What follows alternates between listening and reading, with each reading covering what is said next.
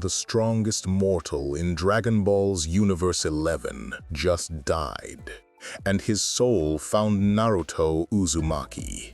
Forget everything you know. No orange jumpsuit, no loud idiot, no holding back.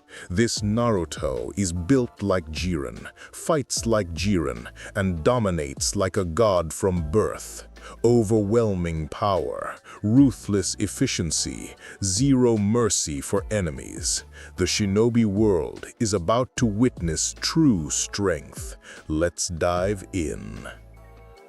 In Universe 11, where the Pride Troopers stood as beacons of justice, the legendary Jiren, the mortal who surpassed gods, sat in meditation upon the highest peak of his world. Centuries had passed since the Tournament of Power. He had found what he sought, purpose beyond strength, bonds that transcended power, and peace that came not from solitude, but from protecting what mattered. His body, even for one who had touched divinity, could not escape the natural order. Age claimed even the mightiest warrior. As his consciousness dimmed for the final time, Jiren felt no regret. He had lived fully, protected completely, and understood finally. His soul, carrying the essence of incomprehensible power, discipline beyond mortal ken, and the potential that had made gods tremble, was released into the cosmic currents. Through dimensional barriers it traveled, drawn by forces even the Omni-Kings did not fully comprehend. Reincarnation, the universe's way of recycling greatness, pulled that magnificent essence across realities. On October 10th, in a world where chakra replaced ki and shinobi walked instead of warriors, the nine-tailed fox attacked Konoha. Minato Namikaze and Kushina Uzumaki made their sacrifice, sealing the beast into their newborn son. But as the seal completed and the parents drew their last breaths, something extraordinary occurred. Jiren's soul merged with the infant Naruto Uzumaki. The baby did not cry. Gray eyes opened, staring at the night sky with an intensity no newborn should possess. The Nine-Tails, trapped within the seal, felt something that made its hatred freeze into terror. This child, what was this presence? No memories transferred. Jiren's past remained in Universe 11, but his essence, his overwhelming potential, his instincts, his very nature, became the foundation of Naruto Uzumaki's being. The child who would shake the shinobi world had been born. The alley behind the academy reeked of garbage and stagnant water. Naruto Uzumaki stood alone, gray eyes fixed on the 5 older boys blocking his path. They were 12, perhaps 13. Academy students who should have graduated already, but lacked the skill. What they possessed instead was cruelty and the foolish confidence of pack hunters cornering prey. Demon brat, the tallest one sneered, cracking his knuckles. Think you're better than us? Walking around like you own the place? Naruto said nothing. His expression remained flat, emotionless.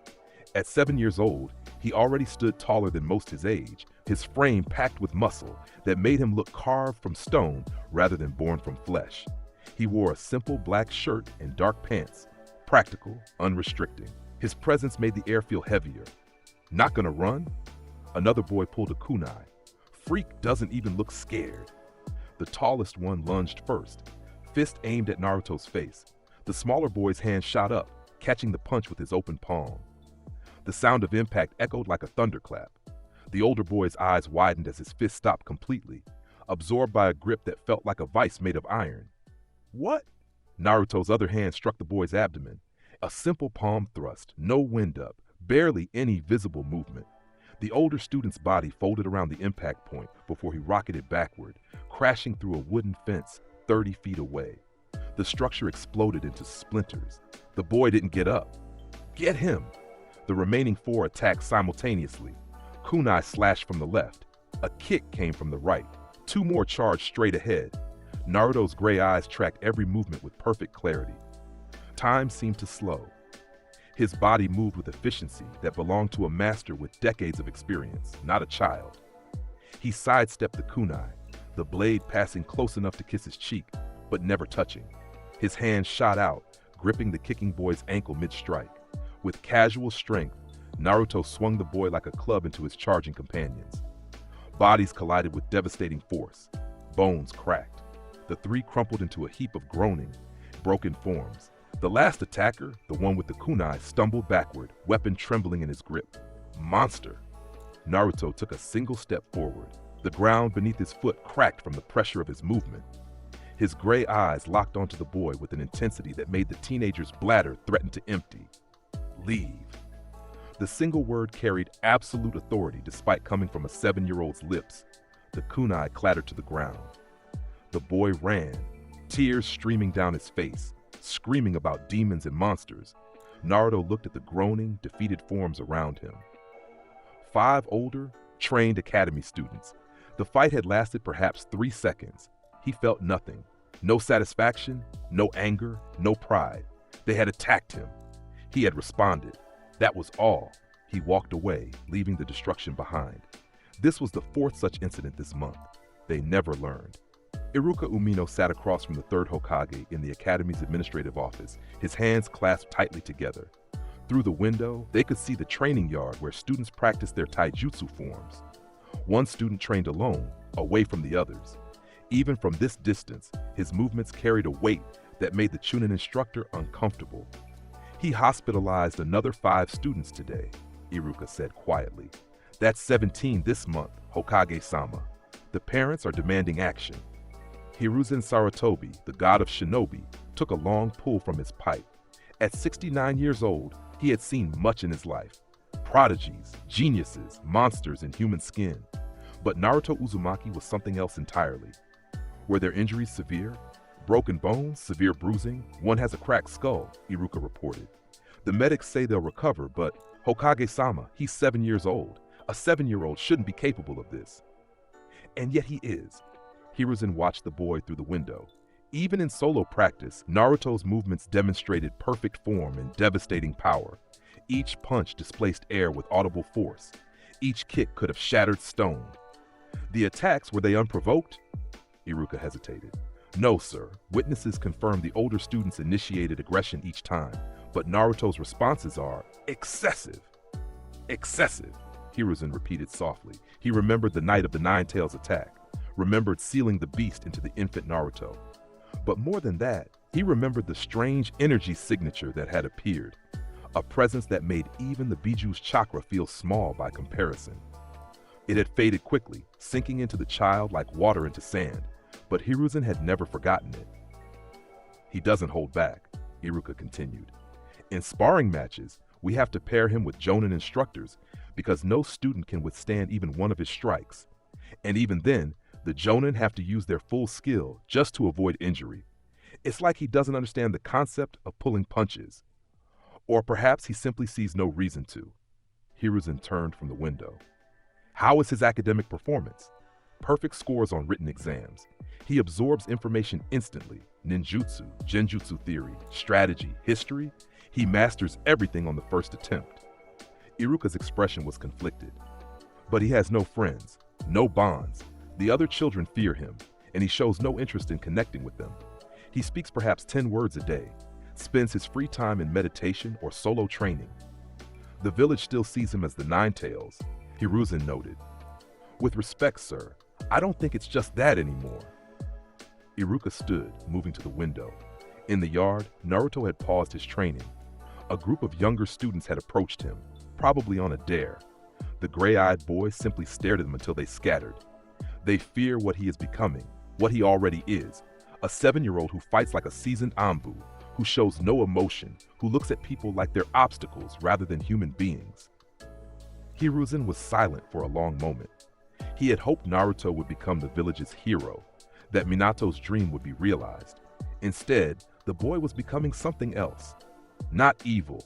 There was no malice in Naruto's actions, but something beyond their understanding. Continue monitoring him, the Hokage finally said, but do not restrict his training or development. And Iruka, make sure he understands the value of protecting the village. If we cannot give him bonds with people, we must give him a purpose that serves Konoha. And if he rejects that purpose, Hiruzen's expression darkened, then we may have created something more dangerous than the Nine-Tails. After Iruka left, Hiruzen remained at the window, watching Naruto resume his training. Each movement was precise, powerful, and utterly alone. The 3rd Hokage wondered, not for the first time, what exactly had entered the world the night the Nine-Tails was sealed. The academy's largest training hall could accommodate 200 students. Today, it held nearly that many, plus instructors and several Jonin observers. Word had spread that today's demonstration would be noteworthy. Naruto stood in the center of the hall, arms crossed, expression neutral. He had grown over the past 2 years. Now approaching 5 feet tall, his muscular frame had become even more pronounced. He wore a sleeveless black shirt that revealed arms already developing the definition of a trained warrior. His gray eyes surveyed the crowd without interest. Opposite him stood 3 Chunin instructors. Behind them, 20 academy students who had volunteered for team combat training. The volunteers looked significantly less confident now. Mizuki, one of the Chunin instructors, stepped forward with a nervous smile. "Naruto-kun, today's exercise is simple. You'll face the 3 of us plus the 20 students in a combat simulation. Subdue or disable all opponents. Training weapons only, of course." Naruto's response was a single nod. "Very well." Mizuki backed away, joining his fellow instructors. "Begin!" The 20 students attacked first, their academy-level taijutsu forms textbook perfect, but ultimately meaningless. Naruto didn't move until they were within 10 feet. Then he simply vanished. Not a body flicker technique, not a substitution. Pure, overwhelming speed that his classmates' eyes couldn't track. He reappeared behind the group, his hand extended in a pushing motion. Pressure wave. Invisible force erupted from his palm. The 20 students flew forward as if struck by a hurricane, tumbling across the floor in a tangle of limbs and cries of pain. None attempted to rise. The 3 Chunin exchanged glances. Mizuki formed hand seals. Water style, water bullet jutsu. A sphere of water, compressed and rotating at high speed, shot toward Naruto. Simultaneously, the other 2 Chunin attacked from the flanks with kunai and explosive tags. Naruto raised one hand. His gray eyes flickered with the faintest red tint. The water bullet struck an invisible barrier inches from his palm and simply stopped. Held suspended in the air, still rotating, but going nowhere. The 2 flanking Chunin found themselves similarly frozen mid-stride, their bodies locked by a pressure they couldn't comprehend. "Impossible," one of them gasped, struggling against the invisible force. Naruto's hand closed into a fist. The water bullet evaporated instantly. The chakra in the explosive tags destabilized, fizzling out harmlessly. The 2 frozen Chunin were released, only to be struck by precise jabs to their pressure points. They collapsed, their chakra systems temporarily disrupted. Mizuki, alone now, backed away slowly. What? What are you?" For the first time, Naruto spoke. Stronger. He moved. One moment he was 20 feet away. The next, his palm rested against Mizuki's chest. The Chunin didn't even have time to form a seal. Power impact. Red energy pulsed outward. Mizuki's body rocketed backward, crashing through 3 wooden training dummies before slamming into the reinforced wall hard enough to crack the stone. He slumped to the ground, unconscious. Silence filled the hall. 20 students incapacitated in seconds. 3 Chunin instructors defeated without Naruto breaking a sweat or showing any sign of exertion. The observers from the Jonin Corps stood frozen, their minds struggling to process what they'd witnessed. Naruto turned to face the head instructor, an elderly woman named Koharu. "Are we finished?" Koharu, one of the Hokage's advisors, found her voice. "Yes, Naruto-kun, that will be sufficient." The gray-eyed boy nodded once and walked toward the exit. The crowd parted before him like water before a shark. Even the Jonin moved aside, their instincts screaming at them to give this child space. As Naruto left, conversations exploded across the hall, but one Jonin remained silent, his visible eye fixed on the cracked wall where Mizuki had impacted. Kakashi Atake, the copy ninja, had seen many things in his life, but this was something entirely new. "His chakra," Kakashi murmured to himself. "It doesn't feel like the Nine Tails. It feels like something older, something godly," finished another voice. Asuma Sarutobi stood beside him, smoking nervously. "That's the word you're looking for. The kid feels godly." Kakashi couldn't disagree. The Hokage's office had become a second home for reports about Naruto Uzumaki. Today's meeting included not just Hiruzen, but also Jiraiya of the Sannin, recently returned to the village. "So this is Minato's son," Jiraiya said, studying the file on the third's desk. "The reports make him sound like a legend already." "Read the combat assessments," Hiruzen suggested. Jiraiya flipped through pages, his expression shifting from curious to surprised to disbelieving. This says he sparred with Might Guy and won. Guy opened 5 of the 8 gates, Hiruzen confirmed. Naruto defeated him in taijutsu without using any chakra techniques. Guy spent 3 days in the hospital recovering. The Toad Sage set down the file. That's impossible. Guy in 5th gate is faster than most Jonin can even perceive. Naruto is faster. The 3rd Hokage's voice was grave. He's also stronger, more durable, and possesses a chakra control that surpasses even Tsunade's. At 11 years old, he's already beyond most Jonin in pure combat ability.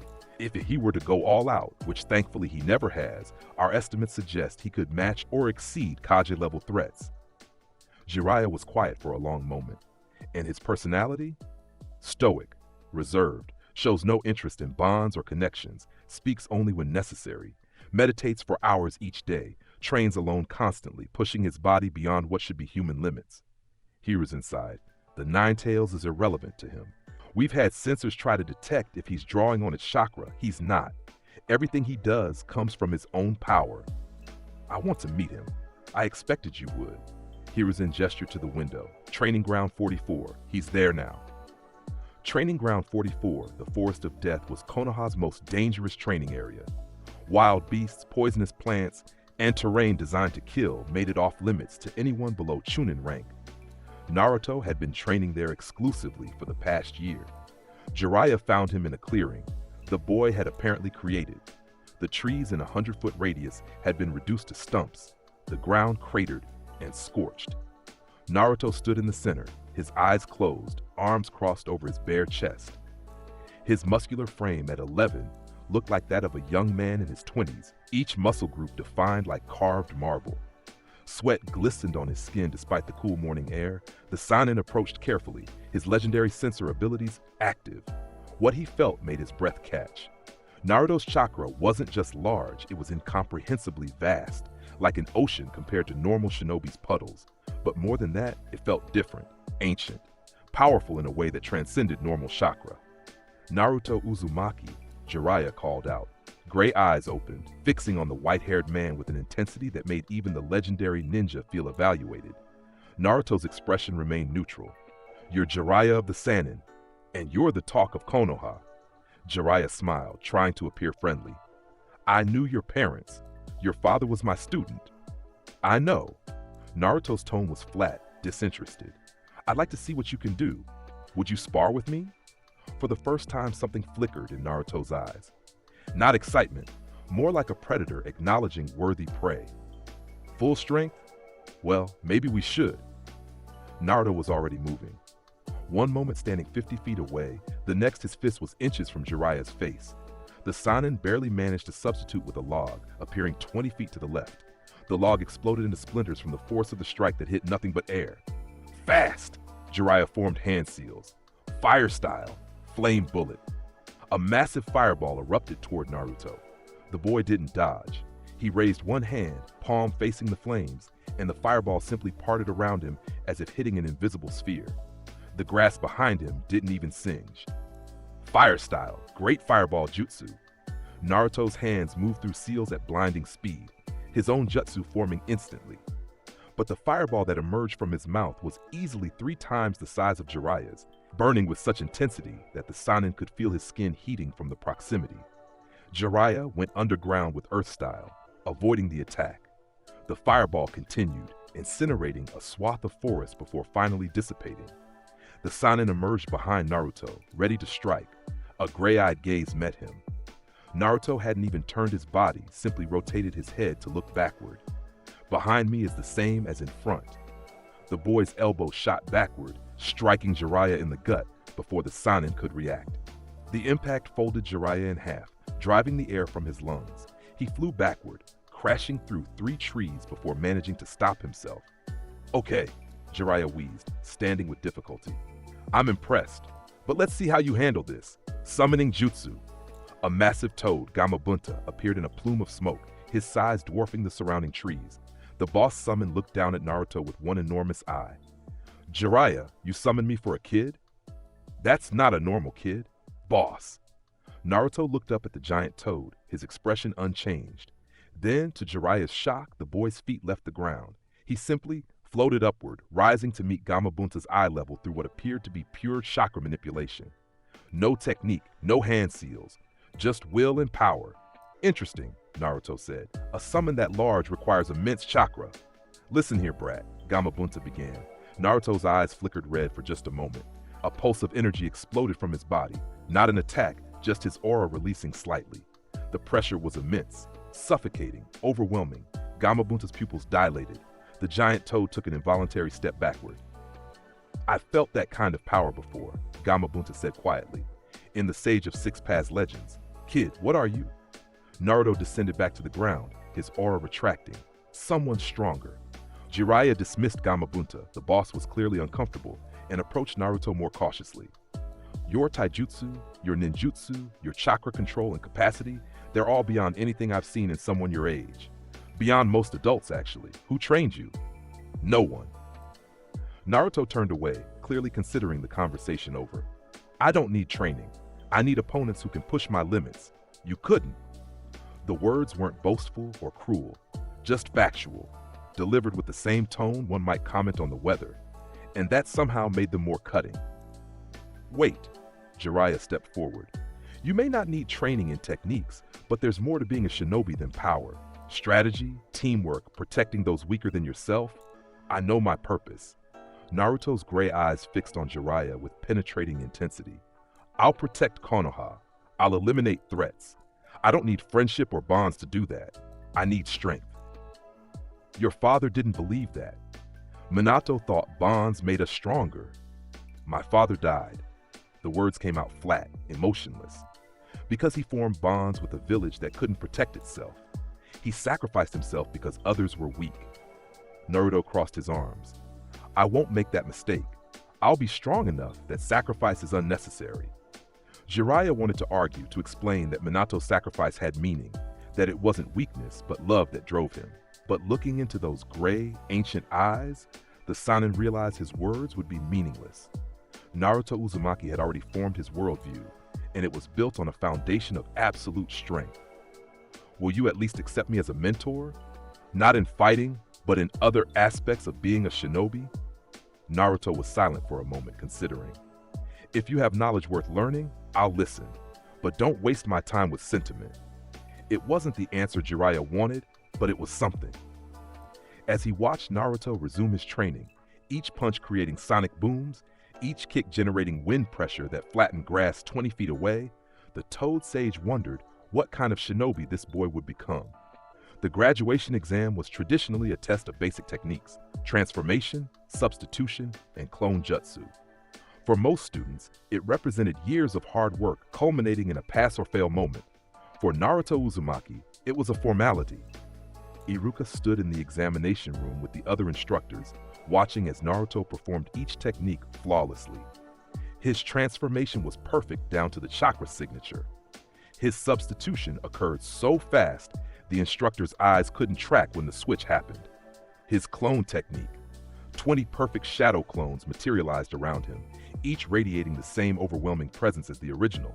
Not the standard bunshin taught in the academy, but a Jonin-level technique Naruto had apparently learned from the forbidden scroll he'd read, with Hiruzen's permission, in a single afternoon. Show off, Mizuki muttered, though fear rather than annoyance colored his tone. Pass, Iruka said unnecessarily. Naruto Uzumaki, you are now a genin of Konohagakure. Naruto accepted his headband without ceremony, tying it across his forehead. The metal plate gleamed against his skin. He nodded once and left, offering no thanks, no celebration, no emotion. The other students whispered as he passed. They had all graduated, but everyone in that room knew the rankings were meaningless. Naruto existed in a category beyond their comprehension. 3 days later, team assignments were announced. Naruto sat alone in the classroom as always, while his peers clustered in excited groups. When Iruka entered to read the team compositions, the chatter died down. Team 7, Sasuke Uchiha, Sakura Haruno, Kiba Inuzuka. Your Jonin instructor will be Kakashi Hatake. Sakura squealed. Sasuke grunted, Kiba grinned, already imagining adventures. Team 8, Hinata Hyuga, Shino Aburame, Choji Akimichi. Your instructor will be Kurenai Yuhi. The assignments continued. Naruto waited, expression neutral, knowing what was coming. Team 9, Naruto Uzumaki. Iruka paused. You will operate under special assignment directly supervised by Jonin, Might Guy, and Anbu Captain Yamato. Your missions will be determined by the Hokage. Murmurs filled the room. A solo team? Directly supervised by the Hokage? The other students didn't know whether to be jealous or relieved. They wouldn't have to work with the gray-eyed demon. Naruto stood and left without waiting for further announcements. He had expected this. A team required trust, coordination, and the ability to work with others of similar skill levels. He possessed none of the first two qualities and was so far beyond his peers in the third that teaming him with other genin would be pointless at best, dangerous to them at worst. Might Guy met Naruto at Training Ground 3 that afternoon. The green beast of Konoha stood with his characteristic enthusiasm barely contained, though his normal exuberance was notably muted. Naruto, the springtime of your youth blooms magnificently. I am honored to be your supervisor. Naruto studied the Jonin. We fought before. You lost. Guy's smile didn't fade, though a knowing look entered his eyes. Indeed, which is why I requested this assignment. You have raw power and skill, but a shinobi needs more than strength. You need to understand teamwork, strategy, and the power of youth. I understand strategy. Naruto crossed his arms. Overwhelming force applied decisively eliminates most strategic considerations. But what of missions requiring stealth, diplomacy, protecting civilians who cannot withstand the collateral damage of your techniques? Guy's tone became serious. The Hokage assigned me to you not to train your body. I've seen your training regimen, and I doubt I could enhance it, but to help you understand the responsibilities of a Konoha shinobi. Naruto was silent for a moment. What's my first mission? Guy produced a scroll. The Hokage wants you to accompany Team 7 on a C-rank mission to Wave Country. You'll observe their teamwork and provide backup if needed. A C-rank mission doesn't need backup. This one might. There have been reports of unusual activity, missing ninja operating in the area. Your role is to shadow Team 7 and intervene only if they encounter threats beyond their capability. Naruto took the scroll, reading quickly. I'm to remain hidden unless necessary. Correct. Can you do that? Restrain yourself and allow others to handle their own battles? Gray eyes fixed on Guy with penetrating intensity. If restraint serves a purpose, yes. If they're in true danger, no. Guy nodded slowly. That's acceptable. Team 7 departs tomorrow at dawn. Meet them at the village gates. He paused. And Naruto? Try not to terrify them too much. The morning mist hung heavy as Team 7 gathered at Konoha's main gate. Kakashi Hatake stood with his 3 students, going over the mission parameters. They would escort a bridge builder named Tazuna to Wave Country, a simple protection detail that should take 2 weeks at most. Sasuke Uchiha, last survivor of his clan's massacre, stood with arms crossed, his dark eyes surveying the surroundings with typical Uchiha pride. Sakura Haruno, the kunoichi with brilliant chakra control and academic excellence, fidgeted nervously with her kunai pouch. Kiba Inuzuka and his Ninken Akamaru were already arguing about the route. Are we all here? Kakashi's visible eye crinkled in his characteristic expression. Then let's. One more, interrupted a voice. They turned to see Naruto approaching, his muscular frame making him appear older than his 12 years. He wore black combat pants and a dark sleeveless shirt, his Konoha headband tied across his forehead. The morning light seemed to dim slightly in his presence. Sakura gasped. Naruto! Last-minute addition, Kakashi said carefully. Naruto will be observing this mission. Sasuke's eyes narrowed. He and Naruto had never directly interacted, but the Uchiha's pride bristled at the implication that their team needed observation. We don't need a babysitter. Naruto's gray eyes fixed on Sasuke with the same intensity one might give an insect. I'm not here for you. The temperature seemed to drop. Sasuke felt something primal in his gut, a warning that engaging with this person would be a terrible idea. He looked away, hating himself for it, but unable to maintain eye contact with those ancient, emotionless eyes. Right, Kakashi said quickly. Let's move out. The journey to Wave Country took 3 days. Naruto remained separate from the team, often walking 50 feet ahead or behind, maintaining distance but never losing sight of them. He spoke perhaps 5 words total. At night, he didn't join their campfire, instead meditating alone in the trees. He's so weird, Sakura whispered on the second night. Just sitting up there, not moving, barely breathing.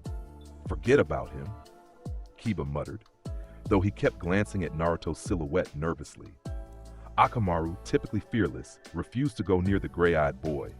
Only Kakashi seemed to understand the situation. He'd read the classified reports, knew what Naruto was capable of.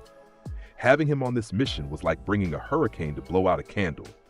Whatever they encountered, it would be hilariously outmatched. On the third day, as they crossed into Wave Country proper, Kakashi's senses detected something. Two presences hiding in a puddle on the road despite the cloudless sky. The demon brothers attacked as they passed. Chain blade-wielding missing nin from Kirigakure, Chunin level at minimum, designed to kill quickly and ruthlessly, they moved to attack Kakashi first, chains wrapping around him, shredding the Jonin into pieces.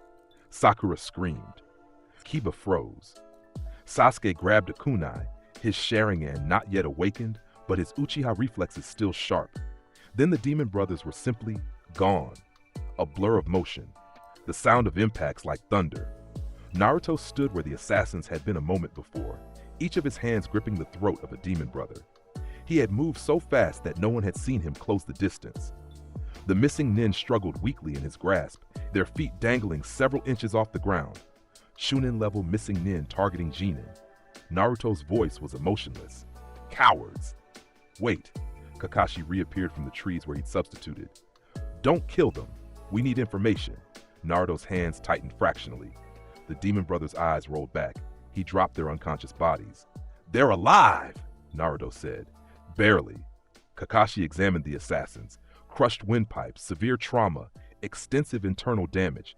They would survive only with immediate medical attention. And Naruto had done it so casually, so effortlessly, that it was clear he could have killed them as easily as breathing. Tazuna.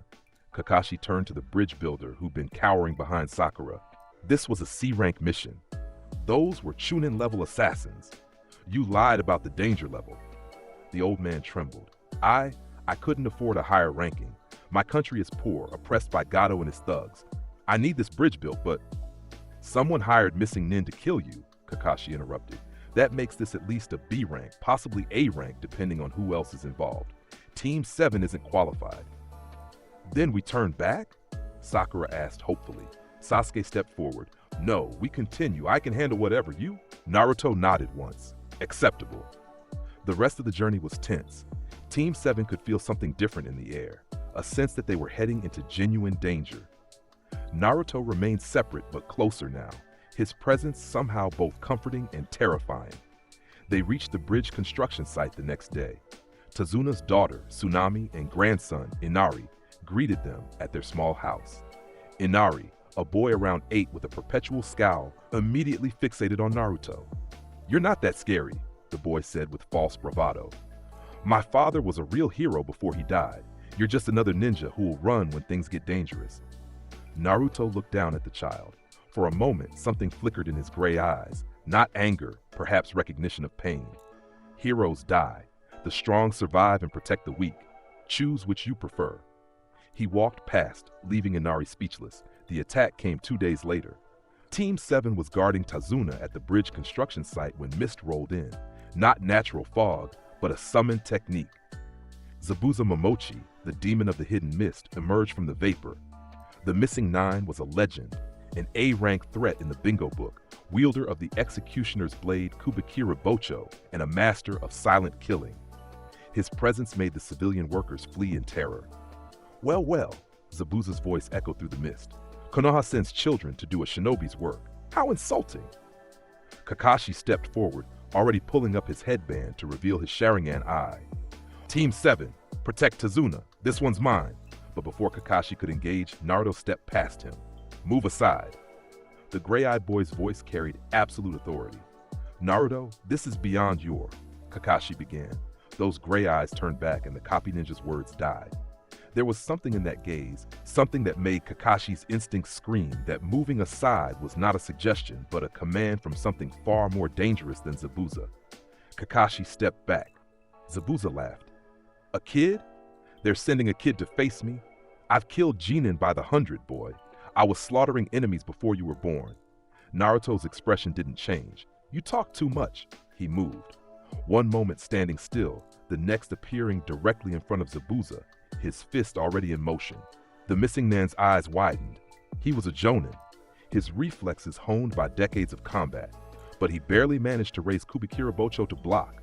The impact when Naruto's fist met the massive blade created a shockwave that blasted the mist away in a perfect circle. The sound was like a thunderclap.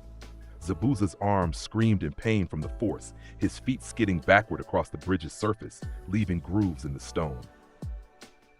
"Impossible," Zabuza gasped. "What kind of strength?" Naruto was already moving again. A spinning kick that Zabuza barely ducked, the displacement of air from the attack strong enough to tear up chunks of the bridge's railing. A palm strike that the missing nine dodged, only for the energy from it to vaporize a section of mist behind him. "You're fast," Zabuza admitted, forming hand seals. "But speed means nothing in overwhelming barrage." Naruto's hands became a blur. Not hand seals, pure physical strikes, hundreds of them in the span of seconds, each one creating sonic booms.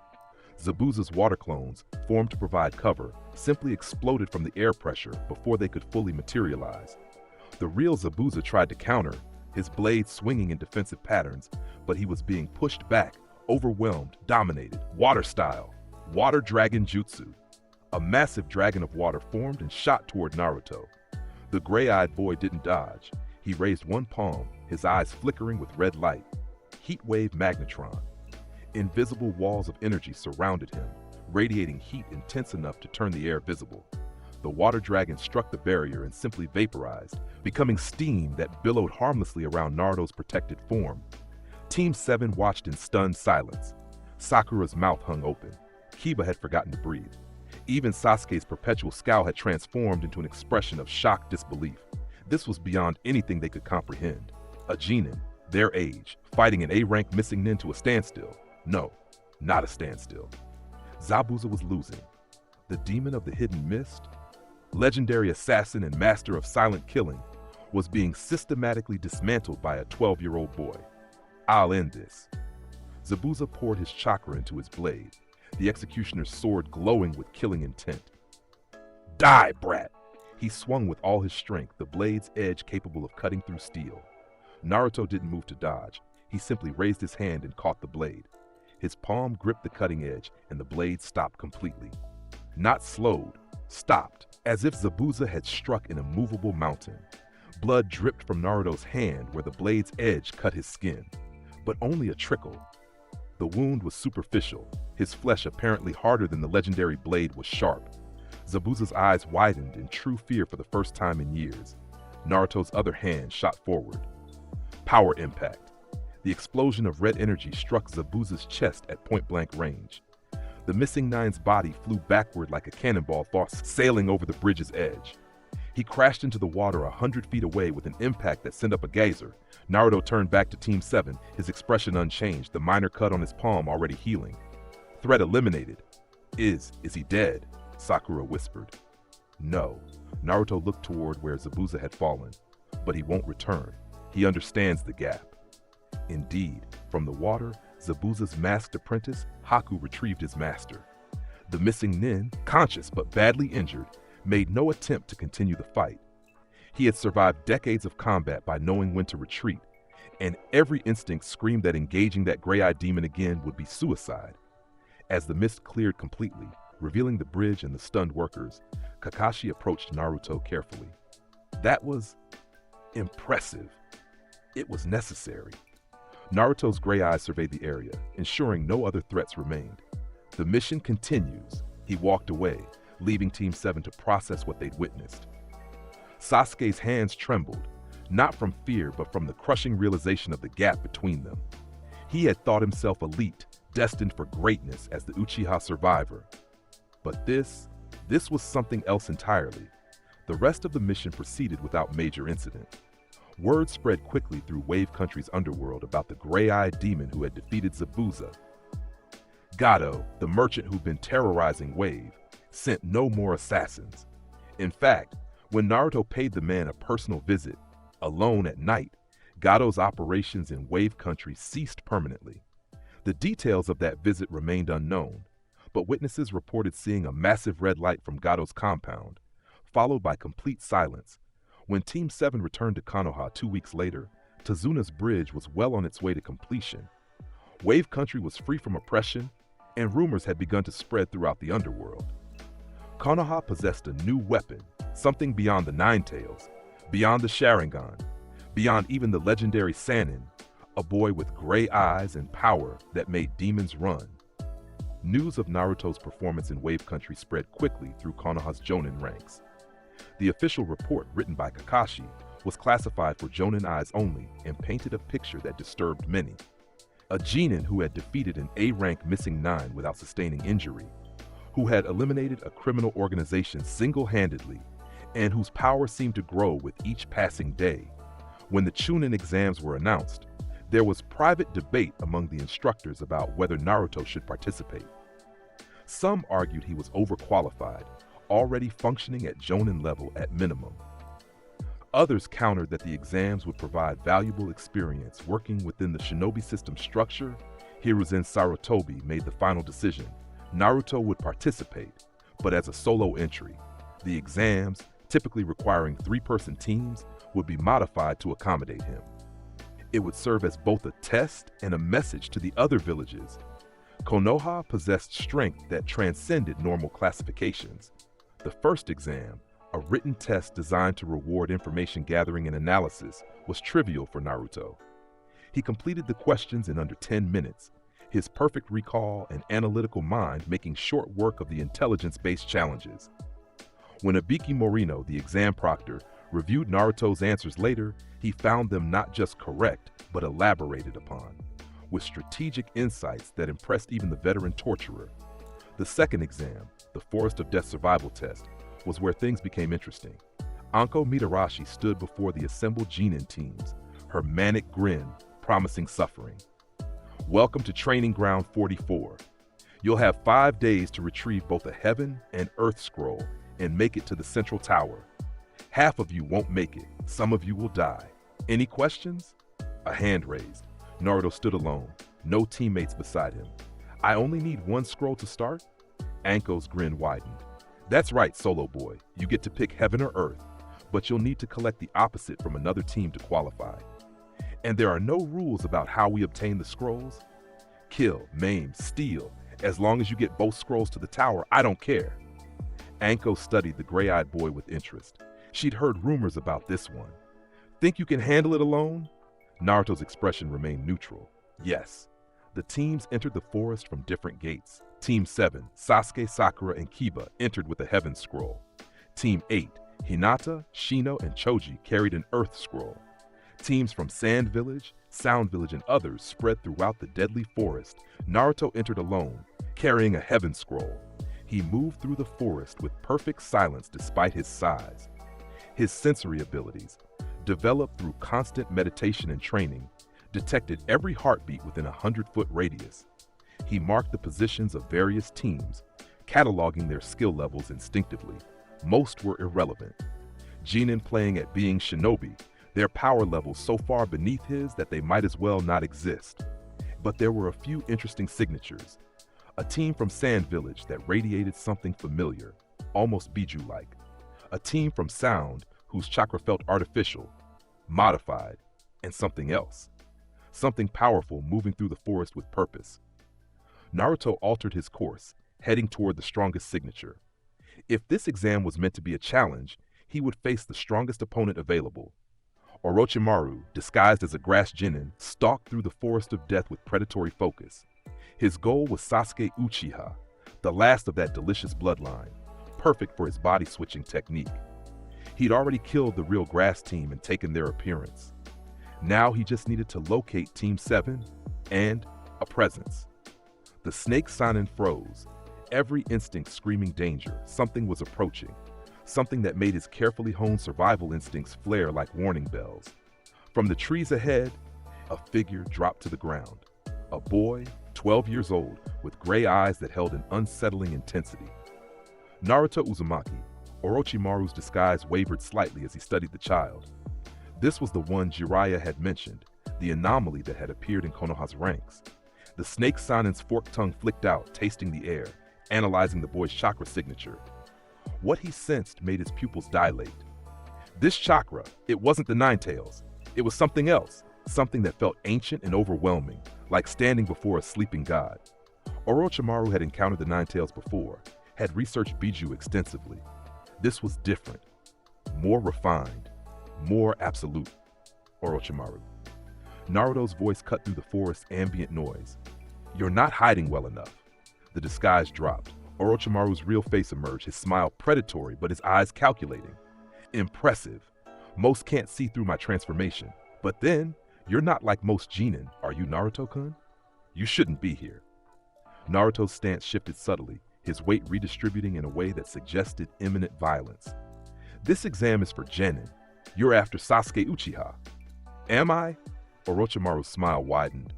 Or perhaps I found something more interesting. His eyes gleamed with scientific fascination. Your power, it's not the fox, is it? It's something else, something unique. Leave Konoha. Don't interfere with these exams. Don't approach Sasuke. Naruto's tone was flat, emotionless. This is your only warning. Orochimaru laughed, the sound echoing through the trees.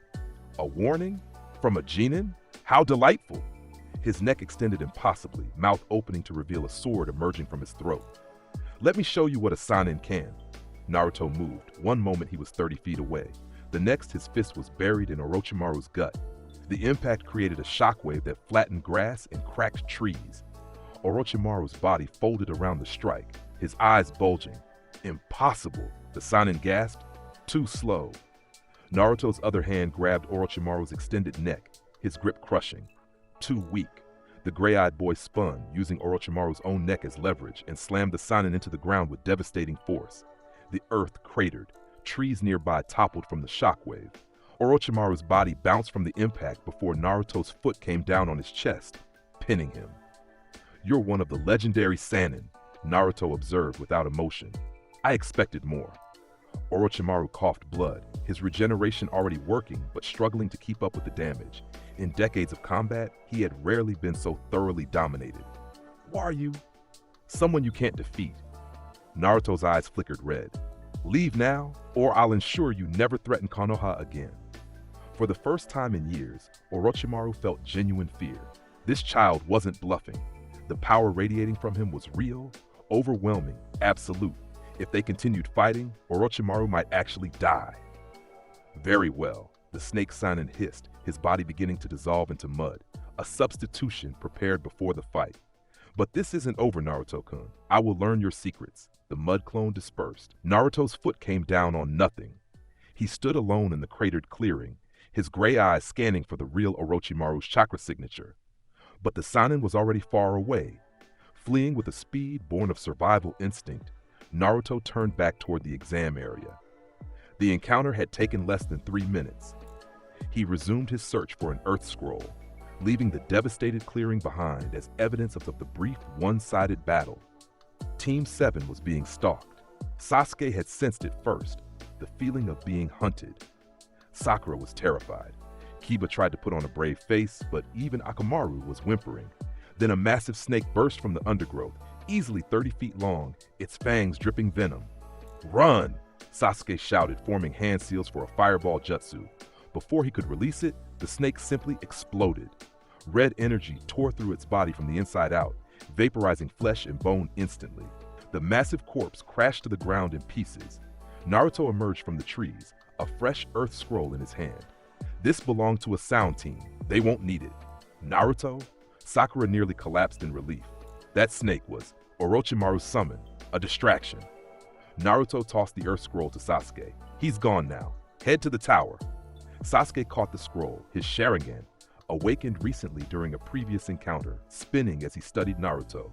Even with his evolved eyes, he could barely track the gray-eyed boy's movements. You fought Orochimaru? Briefly. He ran. Naruto turned away. The exam continues. He disappeared into the trees, leaving Team 7 with more questions than answers. By the end of the 5 days, only 7 teams had made it to the central tower. Team 7, Team 8, Team 10, the Sand siblings, and 3 other teams from various villages. And Naruto arriving alone on the final day with both scrolls, his clothing unstained, his expression unchanged. When the third Hokage and the assembled Jonin instructors saw the participants, several things became clear. Naruto had completed the exam without sustaining a single visible injury. Multiple teams reported encountering him and being allowed to pass if they weren't carrying the scroll he needed. At least 3 teams had been completely eliminated by a gray-eyed demon when they'd attacked him.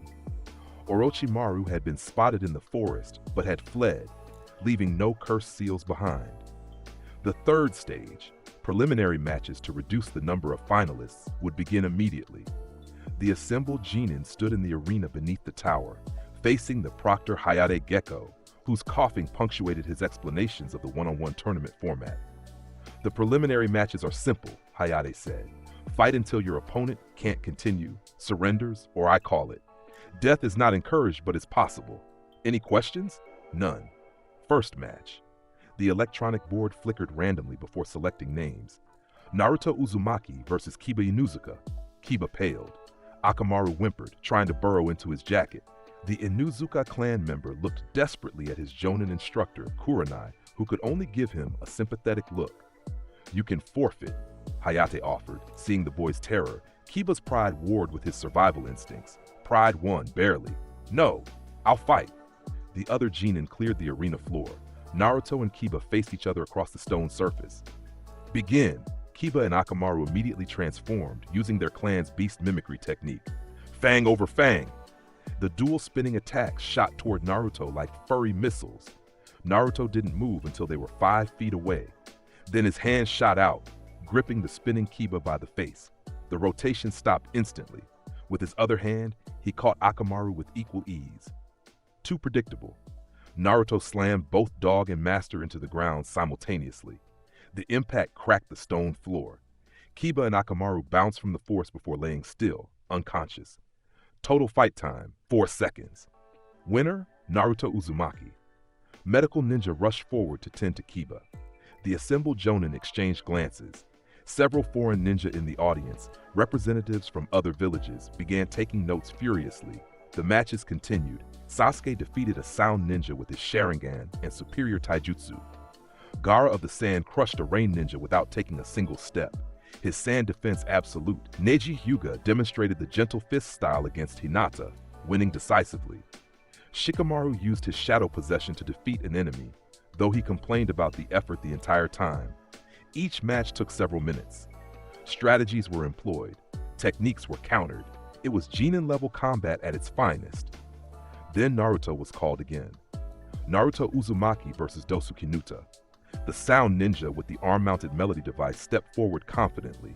He'd been modified by Orochimaru, given enhanced ability specifically to counter Sharingan users. His sound-based attacks could disrupt chakra and balance.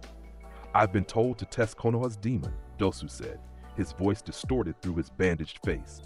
Let's see if the rumors are true. Begin! Dosu immediately activated his melody arm, sound waves emanating in invisible pulses designed to destroy the inner ear and disrupt chakra flow.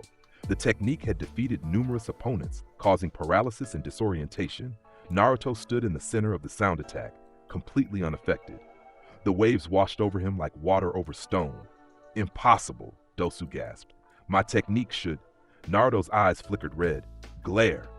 The intensity of his gaze, combined with a pulse of his overwhelming aura, struck Dosu like a physical blow. The sound ninja's body locked up, every muscle seizing. He collapsed to the floor, paralyzed by fear and pressure, his mind unable to process the overwhelming killing intent emanating from those ancient gray eyes. Winner, Naruto Uzumaki. Total fight time, 2 seconds, a new record. The crowd was silent. This wasn't combat. It was a demonstration of the gap between levels. Naruto wasn't fighting Genin. He was showing mercy to insects. The preliminaries continued throughout the day. More matches, more demonstrations of skill. But everyone in that arena knew the real story. The foreign ninja were no longer taking notes on all the fighters, only one. When the final preliminary match concluded, 9 Genin remained for the finals, to be held in 1 month. Naruto Uzumaki, Sasuke Uchiha Gaara of the Sand, Neji Hyuga Shikamaru Nara Shino Aburame Tamari of the Sand, Kankuro of the Sand, a cloud ninja named Omoi. The matchups would be revealed at the finals. The Genin had 1 month to prepare, train, and ready themselves for combat before the allied villages' representatives and dignitaries. As the participants dispersed, Hiruzen Sarutobi stood in his viewing box, smoking his pipe thoughtfully. Beside him, several Anbu captains waited for orders. The other villages saw him, one Anbu noted. They'll report back to their Kage. Good, Hiruzen said quietly. Let them know. Let them understand that Konoha is not to be trifled with.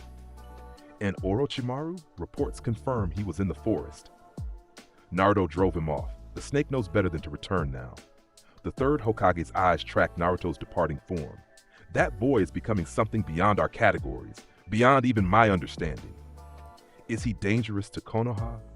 Hiruzen was silent for a long moment.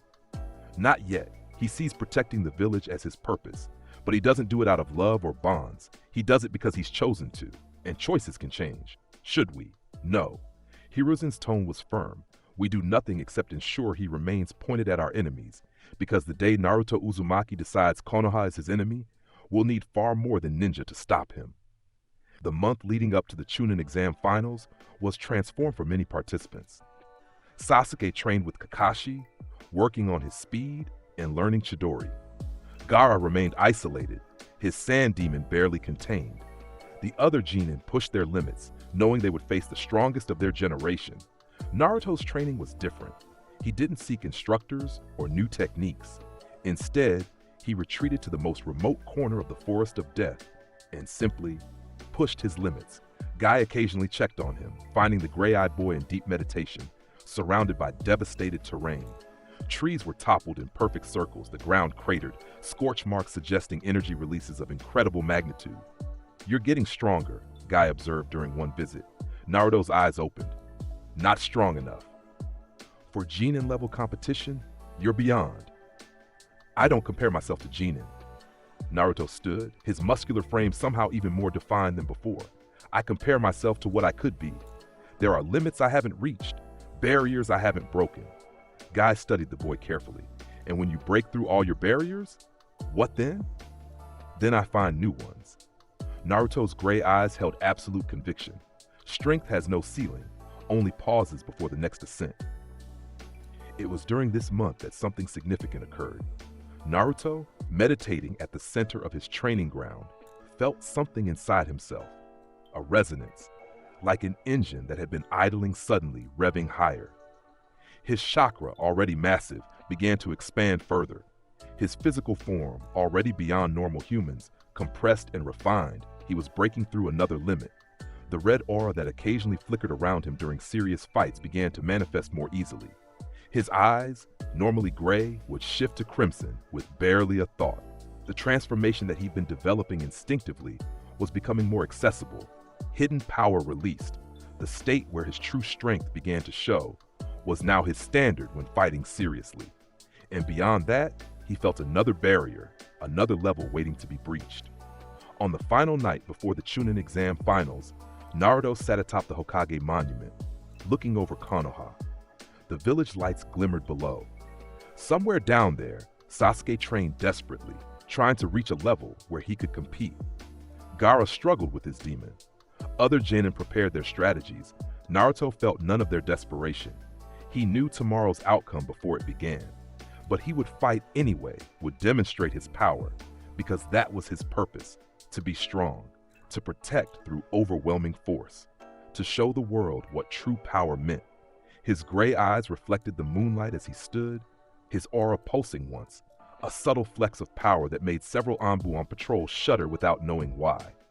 Tomorrow, the shinobi world would witness something unprecedented. The stadium was packed. Thousands of spectators from Konoha and allied villages filled the seats, their excitement palpable. The Kage box held the third Hokage Hiruzen Sarutobi and the fourth Kazekage, secretly Orochimaru in disguise, though none knew this yet. Jonin and Anbu lined the walls. This was the premier event of the allied shinobi nations, the demonstration of the next generation's strength. The 9 finalists stood in the arena's center as the proctor Genma Shiranui explained the rules. Naruto stood apart from the others, his muscular frame and stoic expression making him appear years older than 12. The other Genin gave him unconscious space, their instincts warning them to maintain distance. The matchups for the finals have been determined. Genma announced, revealing the bracket. First round, Naruto Uzumaki versus Neji Hyuga, Sasuke Uchiha versus Gaara of the Sand, Tamari versus Shikamaru Nara, Shino Aburame versus Kankuro Omoe received a bye. First match, Naruto Uzumaki versus Neji Hyuga. Competitors, come forward. Everyone else, clear the arena. Neji stepped forward, his Byakugan already activated, veins bulging around his eyes. The Hyuga prodigy had never lost a match, his gentle fist technique and ability to see chakra making him a formidable opponent. I've heard the rumors about you, Neji said, settling into his fighting stance. But the Byakugan sees all. Your chakra network, your techniques, your weaknesses, everything is visible to me. Fate has already determined this match's outcome. Naruto's expression remained neutral. Fate is decided by the strong. Begin. Neji immediately activated his defensive technique. 8 trigrams palms, revolving heaven. He spun rapidly, creating a dome of chakra that deflected all attacks. It was his ultimate defense, used to analyze opponents while protected. Naruto walked forward casually, not running or jumping, just walking. He reached the spinning dome and raised one hand, palm forward. Power impact. Red energy exploded from his palm. The revolving heaven, designed to deflect normal attacks, met overwhelming force instead. Neji's defensive technique shattered like glass. The Hyuga prodigy was blown backward, his rotation disrupted, his body tumbling across the arena floor. Impossible, Neji gasped, struggling to his feet. The revolving heaven is absolute. Nothing is absolute except strength. Naruto continued walking forward. Neji formed his stance again, Byakugan straining to analyze Naruto's chakra network. What he saw made his breath catch. The chakra inside Naruto wasn't organized in normal pathways. It was a vast ocean, compressed and contained, flowing through channels that shouldn't exist. And the amount, it dwarfed the Hyuga's carefully refined chakra pool like a drop compared to a tsunami. 8 trigrams, 64 palms. Neji attacked desperately, his hands moving in precise strikes designed to seal chakra points. Naruto stood still, allowing the strikes to land. Neji's palms struck pressure points perfectly, each hit designed to seal chakra flow. The Hyuga landed all 64 strikes flawlessly, a technique that should have left any opponent unable to use chakra. Neji stepped back, breathing heavily. It's over. Your chakra points are. Naruto's eyes flickered red. His aura pulsed once. The chakra point seals simply broke. Like paper restraints trying to hold back a tidal wave, they were obliterated by the overwhelming power flowing through his body. Your technique assumes a normal chakra capacity, Naruto observed. I'm not normal. He moved, a casual step that crossed 20 feet instantly. His hand gripped Neji's shoulder before the Hyuga could react. The pressure was immense, making Neji's knees buckle. You said fate determines outcomes. Naruto's gray eyes bored into Neji's, but strength determines fate, remember that. He released Neji, who collapsed to one knee, completely outmatched. The Hyuga prodigy, who had never surrendered, looked up at those ancient gray eyes and understood. Continuing would be pointless. The gap was insurmountable. I forfeit. The crowd erupted in shocked murmurs. Neji Hyuga, the genius of the Hyuga clan, had surrendered without landing a single effective blow. Winner, Naruto Uzumaki. As Naruto walked back to the waiting area, the spectators buzzed with conversation. The Kage box was silent, both Hiruzen and the disguised Orochimaru processing what they'd seen. That boy, Orochimaru whispered, maintaining his Kazekage disguise. His power is even greater than I thought. Hiruzen nodded slowly. He's holding back. That wasn't even close to his full strength. The matches continued. Sasuke faced Gaara in a battle that pushed both Genin to their limits. The Uchiha's Chidori clashed with Gaara's ultimate defense, creating spectacular displays of lightning and sand. Eventually, Sasuke managed to breach the defense and wound Gaara, triggering the beginning of the Sand Ninja's demon transformation. But before the transformation could complete, Naruto appeared in the arena's center. Not a body flicker, just pure speed. His hand gripped Gaara's partially transformed arm, and the overwhelming pressure of his aura made the one-tailed Shukaku inside Gaara recoil in fear. Control your demon, Naruto said quietly, his gray eyes meeting Gaara's terrified gaze. Or I'll control it for you. The killing intent in those words made Gaara's transformation reverse. Shukaku, the ancient Biju, felt something in this boy that made the demon understand. This human could and would destroy it if necessary. Gaara backed down. The match was called for Sasuke. The other matches proceeded similarly. Shikamaru defeated Temari through superior strategy before forfeiting the next round due to troublesome effort. Shino advanced through clever use of his insects, but everyone in the stadium knew the real story. The finals had become a formality. There was only one competitor who mattered. The semi-final match was Naruto versus Sasuke. The Uchiha stood across from Naruto, his Sharingan spinning, his body still aching from the Gaara fight, but his pride refusing to back down. "I've trained my entire life for strength," Sasuke said, settling into his stance. "I won't lose to you." Naruto's expression remained emotionless. "You've already lost. You just don't know it yet." "Begin!" Sasuke moved first, his speed enhanced by Sharingan prediction and Kakashi's training. He launched a combination of taijutsu strikes that would overwhelm most Chunin, his movements precise and powerful. Naruto blocked each strike with minimal movement, his hands positioned perfectly to intercept every attack. The Sharingan allowed Sasuke to see the blocks coming, but his body couldn't move fast enough to adjust. Fireball Jutsu. Sasuke created distance and unleashed a massive fireball. Naruto walked through it. The flames parted around his body as if repelled by an invisible barrier, his aura creating a protective shell that made fire useless. Chidori. Sasuke poured his remaining chakra into Kakashi's signature technique, his hand crackling with lightning. It was his strongest attack, designed to pierce through any defense. Naruto raised one finger. The Chidori, capable of piercing stone and steel, struck Naruto's extended index finger and stopped completely. The lightning crackled and dispersed harmlessly around the point of contact. Sasuke's eyes widened in disbelief. "Impossible," the Uchiha whispered. "You're strong for a Genin," Naruto acknowledged. "But you're still just a Genin." His other hand pushed gently against Sasuke's chest. The force wasn't violent, barely a shove, but it sent Sasuke flying backward to crash into the arena wall. The Uchiha slumped down, his chakra exhausted, his body battered, his pride shattered. Winner, Naruto Uzumaki. The crowd's silence was deafening. They had just witnessed the last Uchiha, possessing the legendary Sharingan and trained by the copy ninja, defeated as casually as one might swat a fly. The final match should have been Naruto versus Omoi, the Cloud Ninja. But before it could begin, the invasion started. Orochimaru dropped his Kazekage disguise, revealing himself in the Kaga box. Sound and Sand Ninja appeared throughout the stadium. A massive three-headed snake was summoned at the village's edge. Genjutsu fell over the crowd, putting civilians to sleep. The invasion of Konoha begins. Orochimaru's voice echoed across the stadium. Hiruzen immediately engaged Orochimaru, their battle taking them to the stadium's roof. Anbu and Jonin moved to intercept the invading forces. Chaos erupted across the village. Naruto stood in the arena's center, his gray eyes surveying the invasion with cold analysis. Enemy ninja poured into the stadium, targeting fleeing civilians and engaging Konoha shinobi. "Clear the stadium," Naruto said to the nearest Anbu. "I'll handle the invasion force here. But, go." The authority in that single word made the Anbu obey without question. As the Konoha forces focused on evacuating civilians, Naruto turned to face the incoming enemies. Approximately 100 Sound and Sand ninja charged into the stadium, their orders to cause maximum destruction and casualties. They saw a single Genin standing alone and laughed, assuming easy prey. Naruto's eyes began to glow red.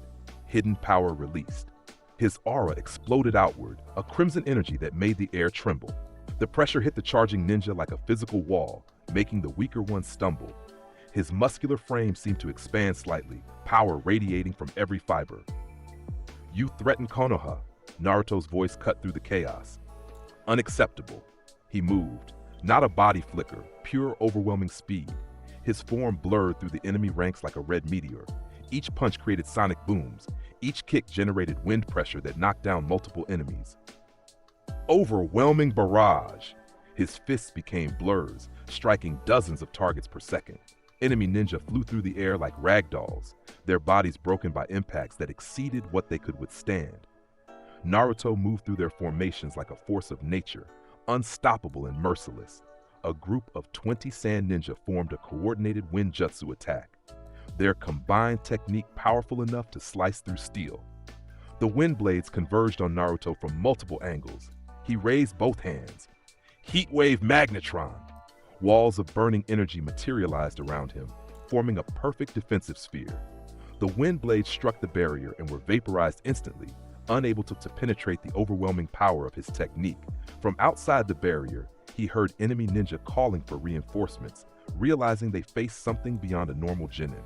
Naruto's aura intensified. Power impact, omnidirectional. Red energy exploded from his body in all directions. The wave of power swept across the stadium, striking every enemy within a 100-foot radius. Bodies flew backward, crashing into walls and each other, bones breaking, consciousness fading. In 30 seconds, Naruto had decimated half the invasion force in the stadium. The remaining sound ninja, seeing their comrades destroyed, attempted to flee. Naruto appeared in their path, his speed making escape impossible. Colossal uppercut. His chakra-enhanced fist struck upward, hitting one of the three-headed snake summons that had been approaching the stadium. The impact was devastating.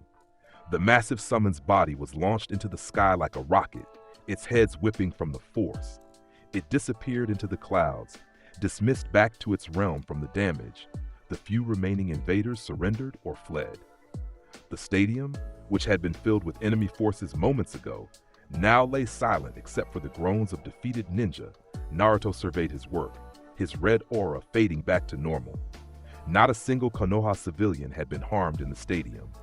The invasion force had been eliminated by a single genin in under 2 minutes.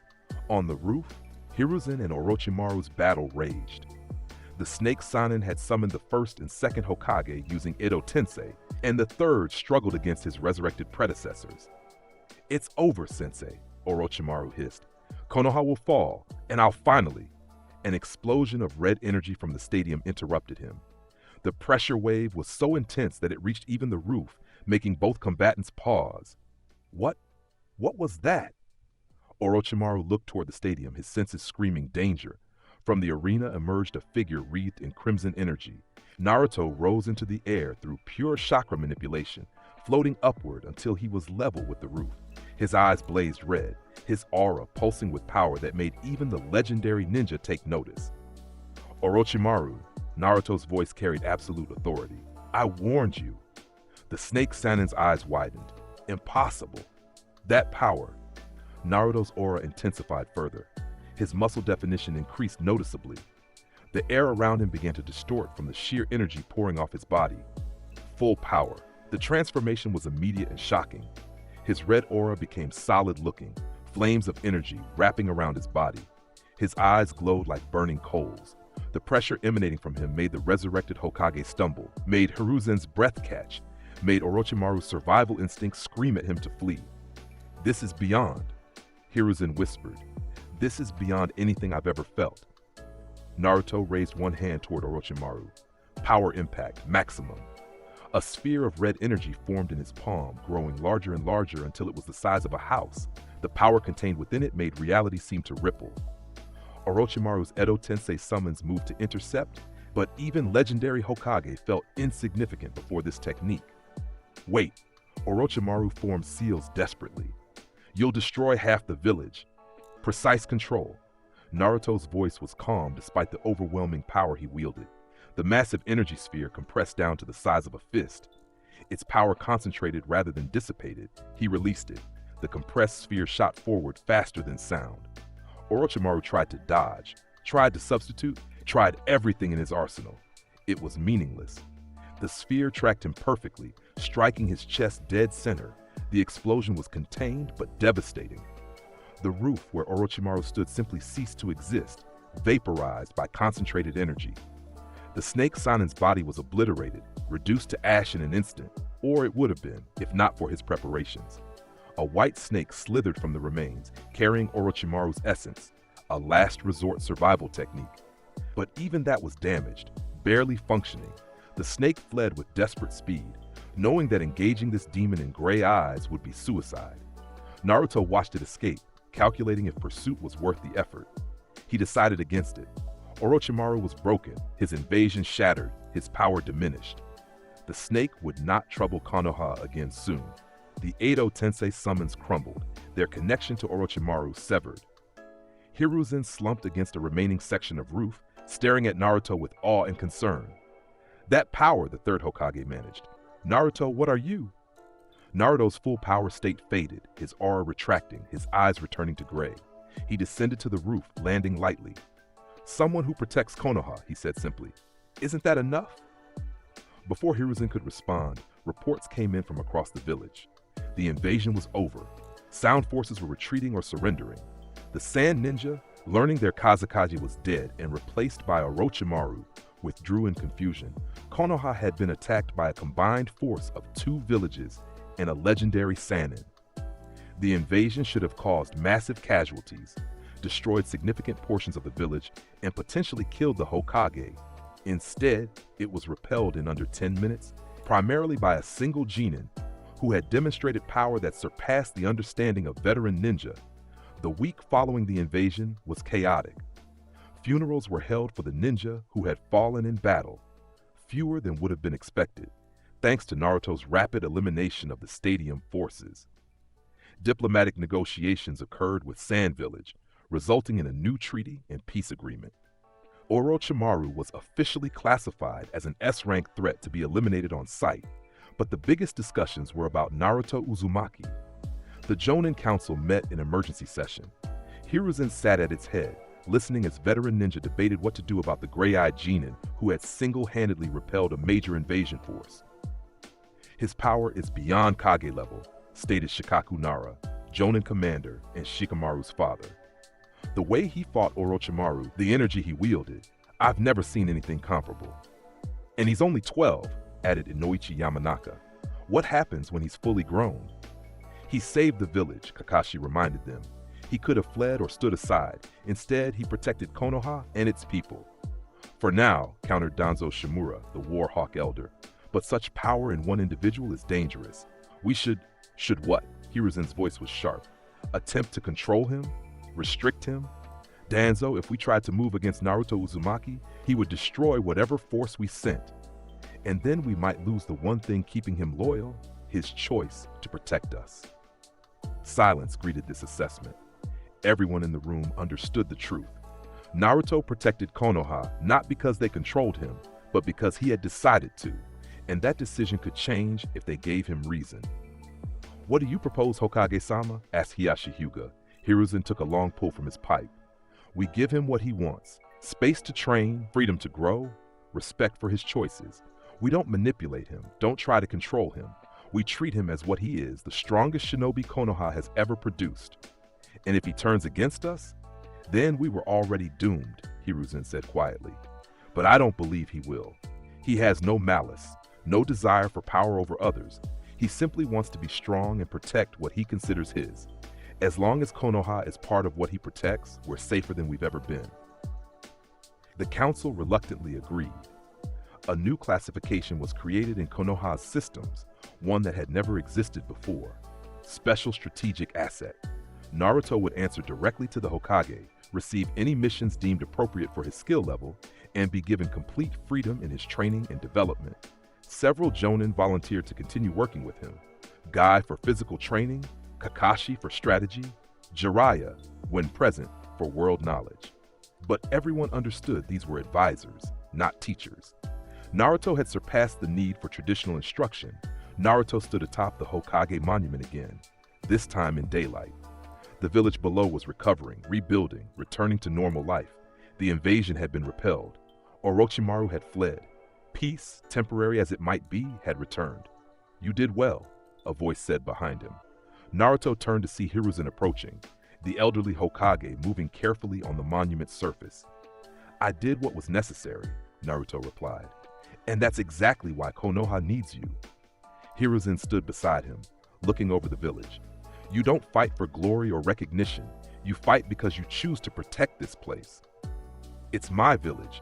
Threats to it must be eliminated. Is that the only reason? Hiruzen studied the gray-eyed boy. No attachment to the people? No bonds with comrades? Naruto was quiet for a moment. Bonds are weaknesses. My father died because of his bonds. He sacrificed himself because others couldn't protect themselves. Or perhaps his bonds gave him a reason worth dying for. Hiruzen's tone was gentle. Strength alone is powerful, Naruto, but strength combined with purpose, with people to protect, that's what creates true legends. I have purpose. I have people to protect. The entire village. That's a start. Hiruzen smiled slightly. But perhaps someday you'll find individuals worth protecting. Not because they're part of Konoha, but because they matter to you personally. Naruto didn't respond, his gray eyes distant. Hiruzen understood. This was a conversation for the future, not now. The Chunin exams were interrupted, the Hokage continued. But based on your performance and actions during the invasion, the council has made a decision. He pulled out a vest, a Chunin tactical vest. Congratulations, you've earned this. Naruto took the vest but didn't put it on immediately. A title doesn't change what I am. No, but it's recognition of what you've accomplished. Wear it or don't. That's your choice. But know that Konoha sees you as more than just the Nine Tails container. You're Naruto Uzumaki, the shinobi who saved his village. After Hiruzen left, Naruto looked at the Chunin vest in his hands. It was a symbol, nothing more. His strength didn't come from titles or recognition, but perhaps he put it on, not for himself, but as acknowledgement that Konoha had chosen to see him as something beyond the demon they once feared. News of Konoha's invasion and its unprecedented repulsion spread quickly through the shinobi world. In Kumogakure, the Raikage studied reports about a gray-eyed Jiren who had defeated a Sannin. In Iwagakure, the Tsuchikage investigated rumors of power that rivaled the legends of old. In Kirigakure, recovering from its Bloody Mist era, whispers spoke of a Konoha weapon that transcended traditional understanding, but it wasn't just enemy villages that took notice. Criminal organizations, missing ninja networks, and especially the Akatsuki received intelligence about Naruto Uzumaki, a figure who could defeat Orochimaru, repel invasions single-handedly, and possessed power that censors described as godly, became a target of interest. In a cave somewhere in the Rain Country, Nagato, known to his subordinates as Pain, studied the reports with his Rinnegan eyes. The Nine Tails Jinchuriki has revealed himself, Pain said to his partner Conan, but these reports suggest he possesses power beyond the Biju. Should we move to capture him? Conan asked. Not yet. He's too public, too well protected now. We'll wait until the time is right. Pain's expression was thoughtful, but we'll need to prepare. If these reports are accurate, capturing this one will require all of us. Elsewhere, Itachi Uchiha received the same intelligence. His response was to immediately send a coded message to his contacts in Konoha. Do not engage Naruto Uzumaki. Threat assessment revised to critical.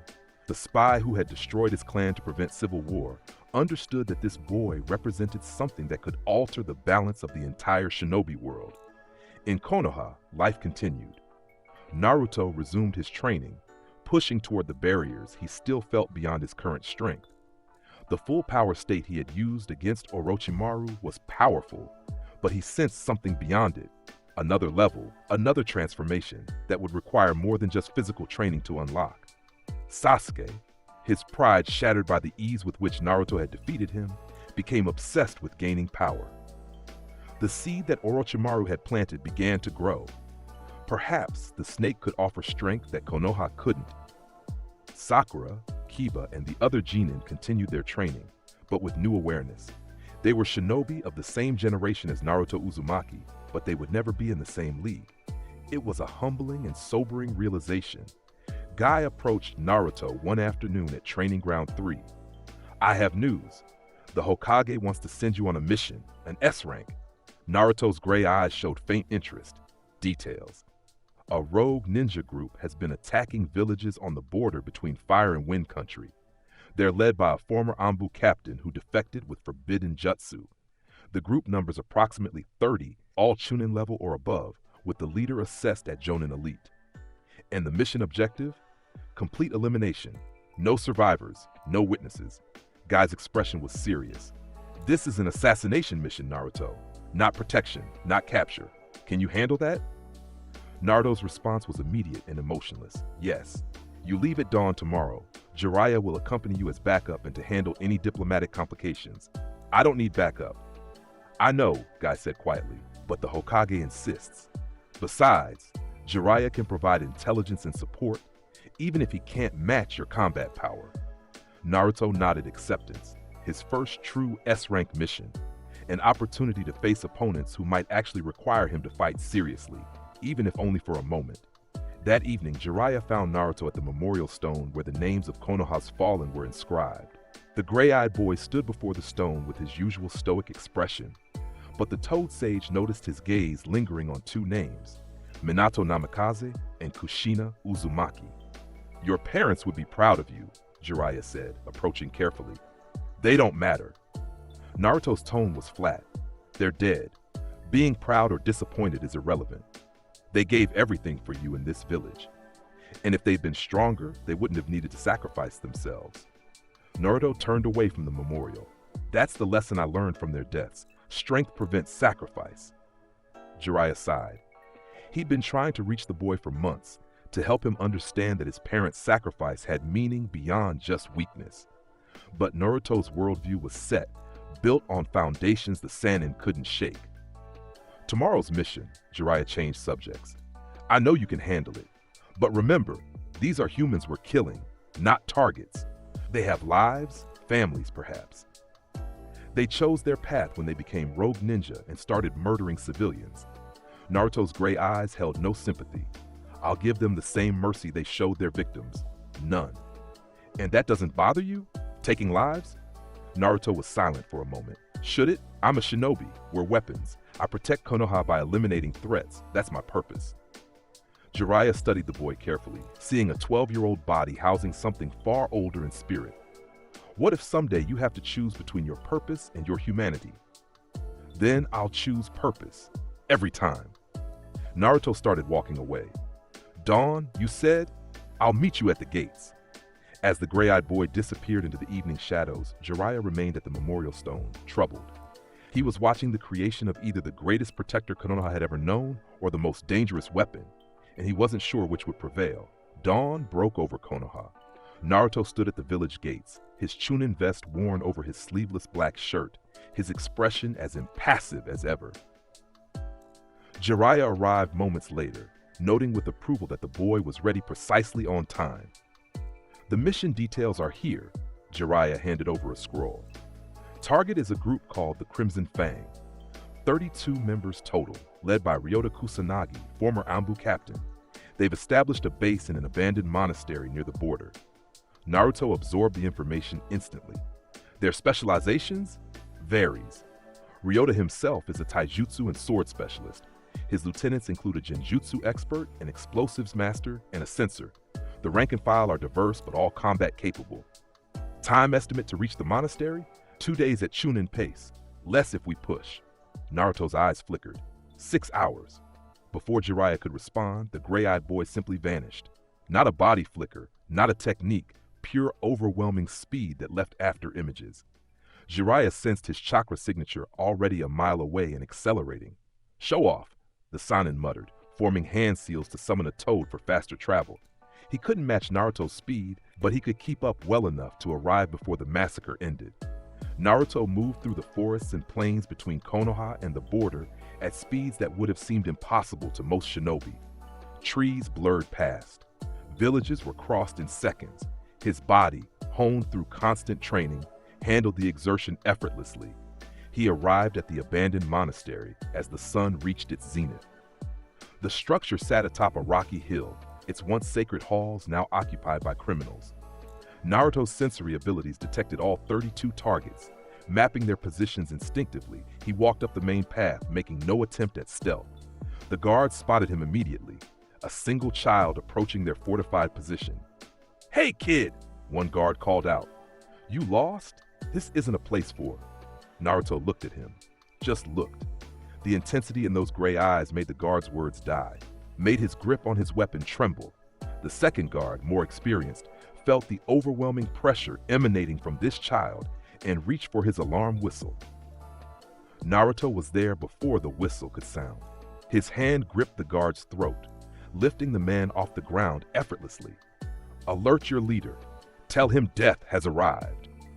He threw the guard through the monastery's wooden doors with enough force to shatter them and send the man tumbling into the main hall, where a dozen Crimson Fang members were eating their midday meal. The other guard ran, screaming warnings. Within seconds, the entire monastery was on alert. Naruto walked through the shattered doors, surveying the criminals scrambling for weapons. His expression remained emotionless. "I'm Naruto Uzumaki, Chunin of Konoha Gakure. Your crimes against the Fire Country citizens have been judged. The sentence is death. You have permission to defend yourselves." One of the braver criminals laughed. "A kid? They sent a kid too." His head snapped backward from a punch he never saw coming. Naruto had moved across the hall in an instant, his fist striking with enough force to shatter the man's jaw and send him crashing through a stone pillar. "I gave you permission to defend yourselves," Naruto stated. "Use it." The criminals attacked. 12 Chunin-level rogue ninja unleashed techniques simultaneously: fire, water, earth, wind, and lightning converging on the gray-eyed boy from multiple angles. Naruto's eyes flickered red. Heat wave magnetron. The barriers of burning energy formed around him, creating multiple layered defenses. The jutsu crashed against the barriers and were neutralized, their chakra dispersed harmlessly. Overwhelming barrage. Naruto moved through their ranks like death incarnate. Each punch broke bones. Each kick shattered organs. He wasn't fighting, he was executing. Clinical, efficient, merciless. The dozen criminals in the main hall fell in under 20 seconds. More poured in from other rooms. Explosions detonated around him, the explosives expert's traps. Naruto walked through the fire and smoke, his aura protecting him, his advance unstoppable. A genjutsu descended over the area, designed to trap him in illusions. Naruto's overwhelming chakra simply crushed through it, his mind too strong to be captured by techniques. Power impact. Red energy spheres shot from his hands, each one striking a different target. Bodies flew backward, crashing through walls, collapsing floors. The monastery structure began to crumble from the devastation. The censor among the Crimson Fang, hiding on an upper floor, felt Naruto's approach and made a desperate decision. She jumped out a window, fleeing into the wilderness. Naruto let her go. She would spread the word about what happened here, would tell other criminals what fate awaited those who targeted Fire Country citizens. In 10 minutes, 31 of the Crimson Fang's 32 members were dead or incapacitated. The monastery was a ruin, its walls cracked, its floors destroyed, bodies scattered throughout the devastation. Only their leader remained. Ryota Kusanagi stood in the monastery's highest chamber, his former Anbu sword drawn, his chakra flaring in desperate preparation. He had heard the sounds of his entire organization being destroyed by what sounded like a single opponent. Naruto walked through the door, his clothing unstained, his breathing normal. No signs of fatigue or injury marred his form. Behind him, the sounds of groaning and dying filled the air. "You're the leader," Naruto observed. "Ryota Kusanagi, former Anbu. And you're the demon that destroyed my group." Ryota's hands trembled slightly, but his combat experience kept him focused. "You're just a child. What kind of monster are you?" "Not a monster, just stronger than you." Naruto's gray eyes studied the former Anbu. "You were a protector once. What happened?" "Konoha failed me. Danzo betrayed me. The system is corrupt." Ryota spat on the ground. "I chose freedom over slavery. You chose to murder innocents. Survival requires sacrifice. Then survive this." Naruto's eyes began to glow red. Hidden power released. His crimson aura erupted, filling the chamber with oppressive pressure. Ryota, a veteran of countless battles, felt his knees buckle from the sheer overwhelming presence. The former Anbu attacked anyway, his sword techniques honed by decades of practice. He was fast, Jonin elite level, his blade a blur of steel and chakra. Naruto caught the blade between two fingers. The cutting edge, designed to slice through armor, stopped completely against his grip. "Impossible," Ryota gasped. "You're skilled," Naruto acknowledged. "If you'd remained loyal to Konoha, you might have become legendary, but you chose wrong." He crushed the blade between his fingers. The metal, forged and chakra enhanced, shattered like glass. Then his palm struck Ryota's chest. Power impact. The explosion of energy was controlled, contained to prevent further structural damage. But for Ryota, it was overwhelming. The former Anbu captain's body rocketed backward through the chamber wall, sailing through the air to crash into the rocky hillside 100 feet away. He didn't move again. Naruto walked to the wall's breach, looking out at the destruction. The monastery was ruined. The Crimson Fang was eliminated. The mission was complete. Jiraiya arrived an hour later. having traveled as fast as his summons could carry him. What he found made even the legendary Sannin pause. A destroyed monastery, 31 bodies, and Naruto sitting in meditation atop the rubble, completely serene. "You could have waited for me," Jiraiya said, surveying the carnage. "You would have been unnecessary." Naruto's eyes opened. The mission is complete. One survivor fled to spread word of the consequences of targeting Fire Country civilians. And you're not bothered by this? By killing 31 people? Naruto stood, brushing dust from his vest. Should I be? They were threats. I eliminated them. That's what shinobi do. Jiraiya wanted to argue, to explain that taking life should never be easy, that maintaining one's humanity in the face of necessary violence was what separated shinobi from simple killers. But looking at those ancient gray eyes, he knew the words would be meaningless. This was who Naruto Uzumaki was, a weapon of absolute precision and overwhelming power, pointed at Konoha's enemies. And perhaps Jiraiya thought that was what the village needed right now. They returned to Konoha the next day. News of the S-rank mission's success, a perfect completion with no collateral damage to civilians and total elimination of the target organization, spread quickly through the Jonin ranks. Hiruzen read Jiraiya's report with mixed emotions. The mission was a success, but the Sannin's assessment of Naruto's emotional state during the operation was concerning. Shows no remorse, hesitation, or emotional response to taking life. Executes orders with perfect precision, but lacks the human element that prevents shinobi from becoming mere weapons. But alongside that assessment was another note. Demonstrated perfect control, preventing civilian casualties and collateral damage. Power continues to exceed all estimates. Current assessment, low S-rank minimum, possibly higher. The third Hokage set down the report and looked out his window at the village he'd sworn to protect. Somewhere out there, Naruto was training again, pushing toward limits that seemed to have no ceiling. What have we created? Hiruzen murmured to himself. Naruto stood in the Forest of Death's deepest section, his usual training ground. The sun was setting, painting the sky in oranges and reds. He had completed his S-rank mission flawlessly. He had protected Konoha during the invasion. He had demonstrated his power before the shinobi world. And yet, he felt something missing, not weakness. His strength continued to grow. Not purpose. He knew what he was meant to do.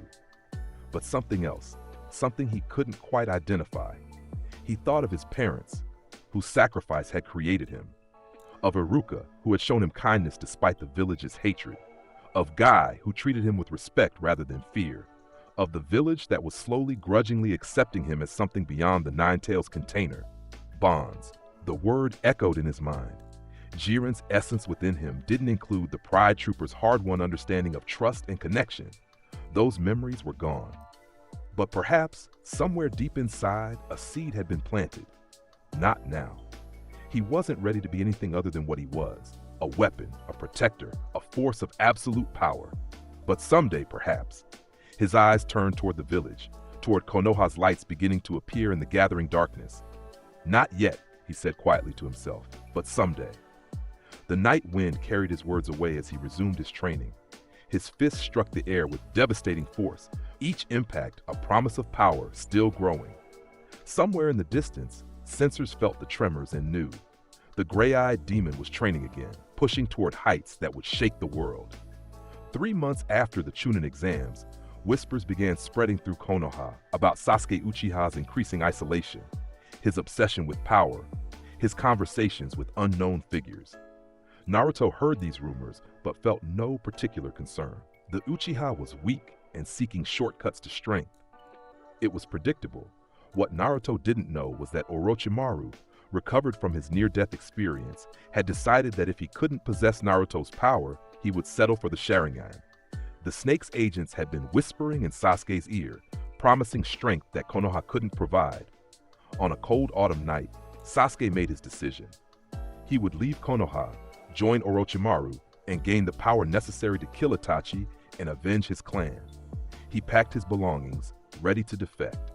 But before he could leave his apartment, Naruto was there, standing in the doorway, gray eyes reflecting the moonlight, his presence filling the room with quiet authority. "You're leaving," Naruto stated, not a question. Sasuke's hand moved to his kunai pouch instinctively. How did you? I know your chakra signature. It's been agitated for weeks. And tonight, you're prepared to run. Naruto crossed his arms. Orochimaru made you an offer. It's none of your business. It becomes my business when a Konoha shinobi defects to an enemy who attacked our village. Naruto's eyes flickered slightly red.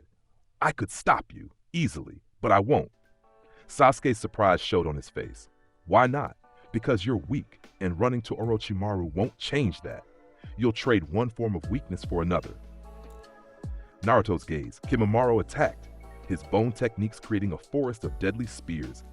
6 months had passed since the Uchiha's betrayal. 6 months since the gray-eyed demon had demonstrated that even bonds meant nothing when measured against strength and purpose. The shinobi world would never be the same. His performance during the Chunin exams and the invasion had sent shockwaves through every hidden village. Intelligence networks buzzed with reports of the Konoha weapon, a boy who had defeated a Sannin, repelled an invasion single-handedly, and possessed power that defied classification. The Akatsuki marked him as a priority target. Other villages debated whether he represented an opportunity or a threat that needed to be eliminated before he grew stronger. But this was only the beginning. Naruto's aura pulsed once, invisible to normal eyes but felt by sensors across the village. A reminder that while Konoha slept peacefully, its greatest weapon stood watch. His 13th birthday had passed without ceremony. He was now officially a special Jonin, given S-rank missions routinely, and considered one of Konoha's most valuable assets, yet he felt incomplete. His power had grown exponentially since the invasion, but there were still barriers ahead, heights he had yet to reach, limits he had yet to break.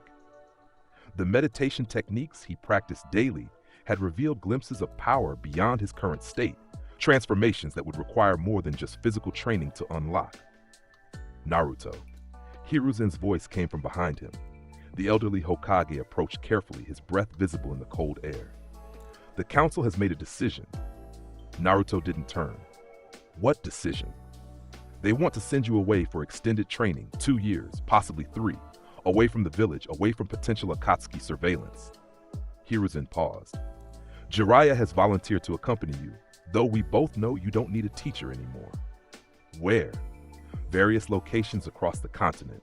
Training grounds where you can push your limits without endangering the village.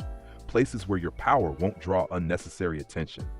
The third Hokage moved to stand beside him. The world is watching you now, Naruto. Every village, every organization. Some want to recruit you. Others want to eliminate you before you become unstoppable. I'm already unstoppable. It wasn't arrogance, just fact. Hiruzen knew it, which was why the statement went unchallenged. Then use this time to become more, to reach whatever heights you sense beyond your current power. The old man's eyes were knowing. I've seen the way you meditate, the way you push against invisible barriers. You're searching for something, aren't you? Naruto was silent for a long moment. There are levels beyond what I've shown, transformations I haven't achieved. During the invasion, even at full power, I felt something beyond, a state that would transcend everything I've demonstrated. Then go find it, master it, and when you return. Hiruzen's voice grew heavy. The threats you'll face will require that ultimate power. The Akatsuki, the other villages, forces we don't even know about yet. They're all converging. The next few years will determine the fate of the shinobi world. When do I leave? Dawn tomorrow. Jiraiya is already preparing. Naruto finally turned to face the Hokage. His gray eyes held absolute certainty. When I return, I'll be stronger than anything this world has ever seen. Strong enough that no threat will ever touch Konoha again. Hiruzen believed him. Looking into those ancient eyes, feeling the overwhelming presence that made even a battle-hardened Kage feel small, he knew that Naruto Uzumaki would achieve exactly what he promised. Then go, Naruto. Transcend your limits. Become the legend this world will never forget. As snow continued to fall, blanketing the village in white, Naruto allowed himself the faintest ghost of a smile, not from happiness or anticipation, but from the knowledge that the path ahead would finally push him to his absolute peak. The time for holding back was ending. The era of ultimate power was about to begin. The journey began at dawn. Naruto and Jiraiya departed Konoha's gates without ceremony, traveling northeast toward the remote mountain ranges that separated Fire Country from Lightning Country. The Toad Sage had identified several locations where Naruto could train without endangering civilian populations, places where even his overwhelming power could be unleashed without consequence. Their first destination was the Valley of Thunder, a desolate region where constant electrical storms created an environment so hostile that even animals avoided it. Here, surrounded by jagged peaks and crackling energy, Naruto would spend 6 months pushing beyond his current limits. "This place is perfect," Jiraiya observed as they stood at the valley's entrance, watching lightning strike the ground repeatedly. "The ambient chakra from the storms will mask your power signature. Even Akatsuki sensors won't detect you here." Naruto barely acknowledged the comment, his gray eyes already calculating training regimens. He had felt it during the invasion, that barrier beyond full power, a state he hadn't been able to break through in the heat of battle. Now, with time and isolation, he would shatter that wall. "I'll establish a base camp at the valley's edge," Jiraiya continued. "You do whatever you need to do. Just try not to destroy the entire mountain range." No promises. The Sannin laughed, but there was nervousness in it. He'd witnessed Naruto's power firsthand, knew that destroying the mountain range wasn't hyperbole. If the boy truly cut loose, the geographical landscape could be permanently altered. Naruto walked deeper into the valley, leaving Jiraiya behind. Lightning struck the ground around him, but his aura deflected it effortlessly. The electrical energy was nothing compared to the power flowing through his body. Power that had grown exponentially in the months since the invasion through meditation and constant refinement. He found a flat plateau near the valley's center and sat in meditation. His muscular frame was completely still, his breathing controlled and precise. Around him, the storm raged, but within his mind, there was perfect calm. "Show me the path," he thought, reaching inward toward the well of power within him. "Show me what lies beyond." Jiren's essence responded, not with words, but with images. Visions of a pride trooper standing against universal threats, pushing through limit after limit, achieving transformations that transcended mortal understanding. The memories were fragmented, incomplete, but they provided a roadmap. There was a state beyond full power, a level where his aura would burn with intensity that approached the divine. But reaching it required more than just physical training. It demanded perfect mastery of his energy, absolute control over every aspect of his power, and the willingness to push beyond what his body thought possible. Naruto's eyes snapped open, glowing faintly red. "Then I'll push until I break through." For 6 months, the Valley of Thunder became his crucible. Each day began with meditation at dawn, centering himself and refining his chakra control to levels that surpassed even legendary masters. Then came the physical training, pushing his already godly body to new extremes through exercises that would have killed normal shinobi. He practiced his techniques against the mountains themselves. Power impacts carved through stone like water. Overwhelming barrages reduced cliff faces to rubble. Colossal uppercuts sent massive boulders into the stratosphere. Each technique was refined, enhanced, pushed to greater heights. But most importantly, he learned to access deeper levels of his power. 3 months in, during a particularly intense training session, it happened. Naruto stood in the center of a crater he'd created, his body battered from hours of pushing himself when he felt something crack within him, not breaking but opening. A reservoir of power beyond what he'd accessed before. His aura exploded outward, crimson energy so intense that it vaporized the rain falling around him. His gray eyes blazed red with overwhelming power. His muscular frame expanded slightly as energy flooded through every cell. Hidden power released, maximum output. The transformation was beyond anything he'd shown during the invasion. The pressure emanating from his body made the ground crack in a widening circle. Lightning from the constant storms was drawn toward him like a magnet, absorbed into his aura, and converted to even more power. Naruto raised one hand toward a mountain peak a mile away. Power impact, amplified. The crimson sphere that formed in his palm was 3 times the size of his previous maximum, pulsing with energy that made reality ripple. When he released it, the projectile crossed the distance in a fraction of a second and struck the mountain dead center. The explosion was cataclysmic. The entire peak simply ceased to exist, vaporized by concentrated energy. The shockwave flattened everything for miles, and the sound of the detonation echoed across 3 countries. Jiraiya, monitoring from the valley's edge, was knocked off his feet by the pressure wave. When the dust settled, Naruto stood in his crater, his aura fading back to normal levels. He'd done it, broken through the first wall. This new state, this maximum output of his hidden power, was beyond anything he demonstrated before. It was the bridge between his previous limits and the ultimate power he sensed beyond. But it wasn't enough. There were still higher peaks to reach. The remaining 3 months in the Valley of Thunder were spent mastering this new level, learning to access it instantly and maintain it for extended periods. By the time they departed, Naruto could enter maximum output with a thought and sustain it for hours without fatigue. Jiraiya watched the boy, now appearing more man than child despite only being 13, and felt a mixture of awe and concern. The power Naruto had demonstrated would have made him the strongest ninja in any other generation. Yet somehow, Jiraiya sensed this still wasn't the peak. Where next? Naruto asked as they left the valley, his tone as emotionless as ever. The abyssal depths, Jiraiya replied. Underwater caverns beneath the Western Ocean, completely isolated, perfect for your next phase. Naruto nodded. The journey continued. The abyssal depths were everything Jiraiya promised, a network of massive underwater caverns so deep that sunlight never penetrated, so isolated that no one had explored them in generations.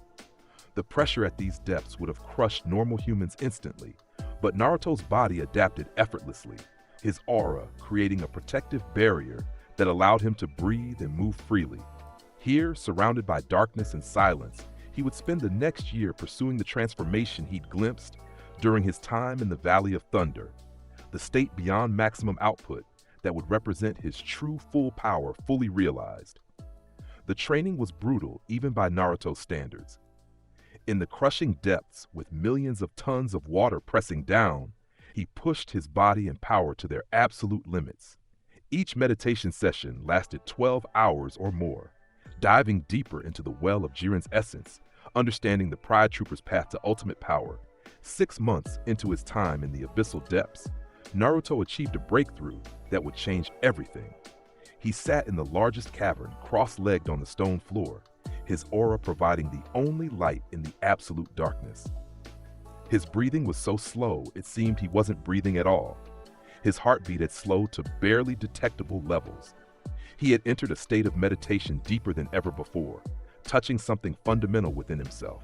The memories came flooding back, not just fragments, but complete visions. Jiren standing against gods. Jiren pushing beyond his limits in the tournament of power. Jiren achieving a state where his power transcended mortal understanding entirely. This is what I've been seeking, Naruto realized. Not just strength, but absolute mastery. Complete control over every aspect of power. His eyes snapped open, glowing intense red. Energy erupted from his body in waves that pushed back the ocean water, creating a temporary air pocket hundreds of feet across. His aura burned crimson with intensity that made his previous full power state look like a candle compared to the sun. Full power, true realization. The transformation was complete. This wasn't just accessing more power, it was perfect integration of everything he was. His muscular frame radiated overwhelming energy. His gray eyes blazed red with unlimited potential. The pressure of his aura alone created shockwaves that traveled through the water for miles. Detected by sensors in 3 different countries, Naruto stood, testing this new state. Every movement felt effortless, yet carried apocalyptic potential. He raised one hand and created a power impact sphere casually. It was 10 times the size of his previous maximum, pulsing with energy that could obliterate mountains. He dismissed it without releasing. This power needed to be controlled, mastered, perfected before he used it in combat. The remaining 6 months were spent achieving that perfection. He learned to enter true realization full power instantly, to maintain it indefinitely, to control the devastating energy output so he could use it without destroying everything around him. He developed new techniques specifically for this state, attacks that combined his physical prowess with energy manipulation in ways that transcended anything the shinobi world had seen. By the time Naruto emerged from the abyssal depths, he had achieved what he set out to accomplish. His full power state was now fully realized, a level of strength that surpassed legendary figures from history. But even this, he knew, wasn't his absolute peak. There was one more barrier to break, one final transformation that would represent his ultimate limit, pushed beyond limits. He'd glimpsed it during his deepest meditations, felt it hovering just beyond his reach, a state of power that would approach or reach truly divine levels. But that transformation would have to wait. First, he needed to test his current strength against real opponents. "You've changed," Jiraiya observed when Naruto surfaced near their coastal base camp. The Sannin studied the boy carefully, noting subtle differences in his presence. "You feel complete somehow." "I've mastered what I needed to master," Naruto replied, "but there's still one level beyond this, one final transformation." "And when will you achieve that?" Naruto's gray eyes were distant. "When I need it, when I face a threat that requires me to break my final limit." Jiraiya nodded slowly. During the 2 years of training, he'd gathered intelligence from his spy network. The Akatsuki were mobilizing, other villages were forming alliances, and whispers spoke of ancient threats awakening. The peaceful world Naruto had left was rapidly destabilizing. "Then it's time to return to Konoha," the Sannin said. "Your village needs you, and based on my intelligence, you're going to have opportunities to test that new power very soon." The journey back to Konoha took 3 weeks. Naruto had insisted on traveling at a normal pace rather than his true speed, using the time to acclimate to suppressing his power signature. His true strength had grown so massive that sensors could detect it from miles away unless he actively contained it. Learning to hide that overwhelming presence was crucial. His return needed to appear normal, at least initially. As they approached the village gates on a warm spring morning, Naruto looked nothing like the 13-year-old boy who had left. 3 years of intense training had fully matured his body into Jiren's imposing physique. He stood well over 6 feet tall, his muscular frame evident even through his practical combat attire, sleeveless black top and reinforced pants. His gray eyes held the same emotionless intensity, but there was a depth to them now that suggested infinite power held in perfect check. The Chunin guards at the gate did a double take when they saw him. "Naruto? Naruto Uzumaki? I've returned." His voice was deeper, carrying quiet authority. Words spread rapidly. By the time Naruto and Jiraiya reached the Hokage Tower, a crowd had formed. Curious civilians, off-duty shinobi, former classmates who barely recognized the war god walking among them. Hiruzen was waiting in his office, looking older and more tired than when Naruto had left. The third Hokage's eyes widened when the gray-eyed warrior entered, his presence alone making the air feel heavy. "Naruto, you've grown. I've achieved what I needed to achieve." Naruto's tone was matter-of-fact. "For now." Jiraiya stepped forward, handing over a scroll. "Complete report of the training period, Sensei. Though honestly, words don't do justice to what I've witnessed. Naruto's power has grown exponentially. I'd classify him as..." The Sannin paused, struggling with terminology. Beyond Kaji level seems insufficient. He's transcended normal power classifications entirely. "Show me," Hiruzen said quietly. Naruto raised one hand, not even activating any power state. Crimson energy flickered around his fingers, just the smallest output, barely a fraction of his true strength. The pressure in the room increased noticeably, making both legendary shinobi feel the weight of true power. He closed his fist and the energy vanished. That was nothing. My full strength would destroy this building just from the aura pressure. Hiruzen absorbed this information, his strategic mind already calculating implications. "Then the timing of your return is fortunate. We've detected unusual Akatsuki activity. My intelligence suggests they're preparing to move against you specifically." "Let them." Naruto's gray eyes held no concern. "They'll learn the same lesson as everyone else who challenges me." "There's more," the third continued. "Orochimaru has resurfaced, somehow recovered from your attack during the invasion. He's been gathering forces, recruiting missing nin, preparing for something, and Suna has reported strange chakra signatures in the southern deserts. Ancient power awakening." Jiraiya frowned. "Ancient power? What kind?" "Unknown, but powerful enough to concern the Kazekage." Hiruzen turned back to Naruto. I'm assigning you to investigate these threats. S-rank missions, highest priority. Your objectives are simple.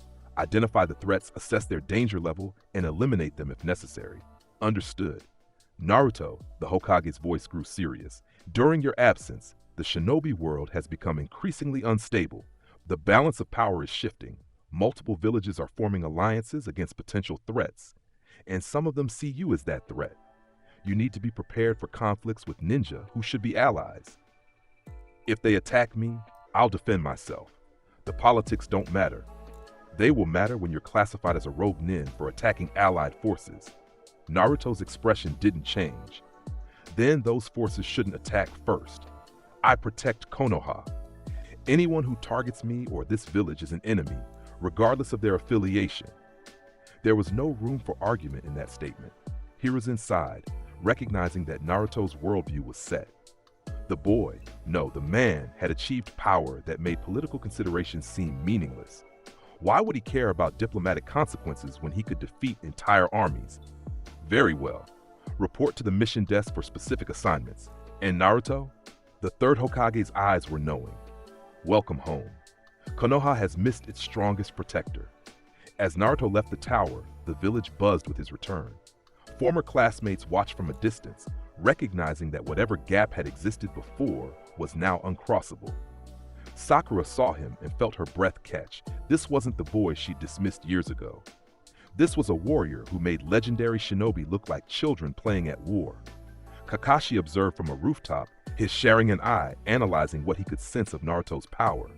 What he detected made his blood run cold. The chakra reserves were beyond measurement. The latent power made the Nine Tails look insignificant. And most terrifying, this was all suppressed. Naruto was hiding his true strength even now. What monster have we created? The copy ninja thought. No, not monster, guardian, but one so powerful that the line between protector and destroyer becomes meaningless. Naruto paid no attention to the stares and whispers. He had returned for one purpose, to eliminate threats to his village. Everything else was background noise. Within hours of his return, the first threat revealed itself. Night fell over Konoha, but Naruto stood atop the Hokage monument as he always did, his gray eyes surveying the village. His sensory abilities, honed to perfection during 3 years of training, detected 2 powerful chakra signatures approaching from the north. They were hiding their presence well, better than most shinobi could manage, but they might as well have been beacons to his perception. Akatsuki. He could tell from the coordination of their movement, the deliberate approach, the power levels that exceeded normal jonin. They were coming for him specifically, just as Hiruzen had predicted. Finally, Naruto thought, a chance to test my current strength. He didn't move, didn't alert anyone. This was his fight. These enemies had come for him, and he would handle them alone. The 2 figures appeared at the monument's base, their black cloaks with red clouds unmistakable even in the darkness. They looked up at Naruto, neither showing fear despite facing the legendary gray-eyed demon. Naruto Uzumaki, one spoke, a tall man with slicked back hair and a massive sword on his back. Kasame Hoshigaki, the monster of the hidden mist. The Akatsuki has business with you. Beside him stood a figure that should have been impossible, Itachi Uchiha, the man who had massacred his entire clan. His Sharingan was already active, spinning slowly as he analyzed Naruto. You're both making a mistake, Naruto said calmly, not moving from his standing position. Leave now and I might let you live. Kasame laughed, his shark-like teeth gleaming. Confident, aren't you? We've heard stories about your power during the Chunin exams, but 3 years have passed. We've gotten stronger too. Not strong enough. Itachi's eyes narrowed. Your chakra, it's different from 3 years ago. Denser, more refined. There was faint surprise in his voice. You've achieved something beyond normal shinobi development.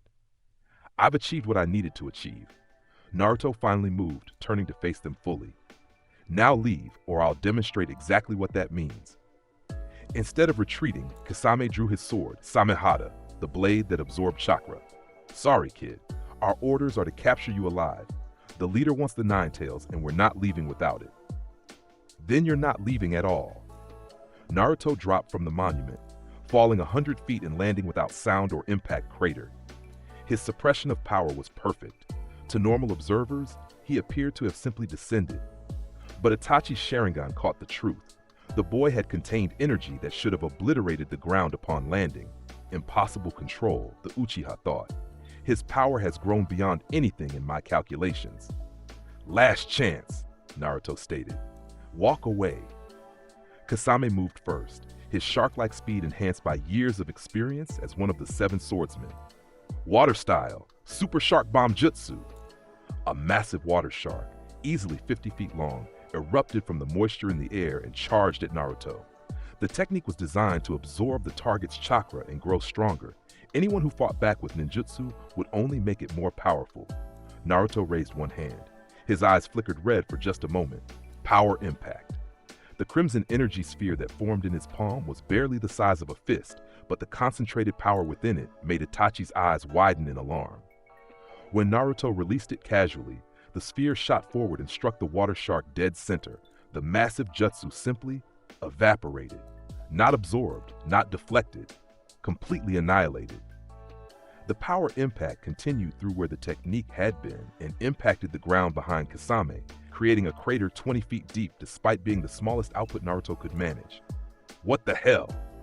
Kasame stumbled backward, his shark-like instincts screaming danger.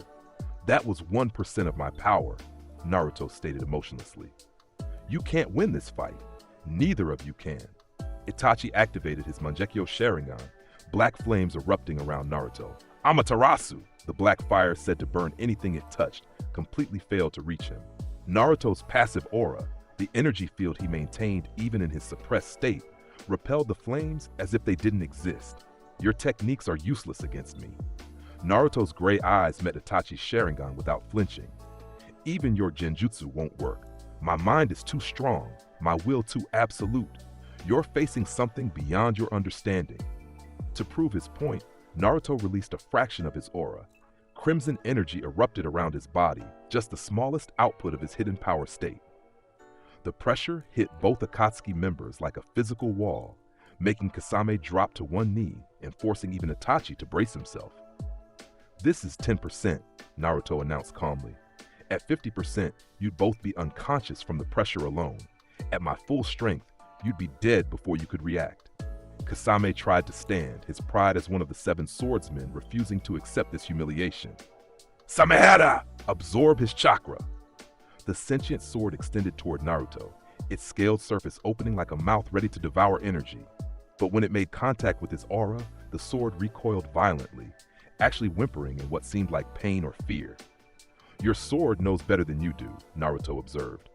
It can sense that trying to absorb my power would destroy it. There's too much energy, too much density. It would be like trying to drink an ocean. Itachi made a decision. Kasame, we retreat, now. But the mission is impossible. The Uchiha's voice was absolutely certain. This isn't the boy from the Chunin exams. His power has transcended anything we can handle. Even together, even with our full strength, we cannot defeat him. It was a stunning admission from someone as powerful as Itachi Uchiha. But the Sharingan user had seen enough. Naruto's casual demonstrations had revealed power that exceeded their entire organization's capabilities. Naruto let his aura fade back to nothing, his gray eyes calm. Tell your leader that Konoha is protected. Tell him that sending anyone after me will result in their deaths. Tell him that if the Akatsuki threatens my village again, I'll destroy your entire organization. You'd have to find us first, Kasame growled, his pride stinging from the defeat. I can sense your base from here. Naruto's statement made both Akatsuki members freeze.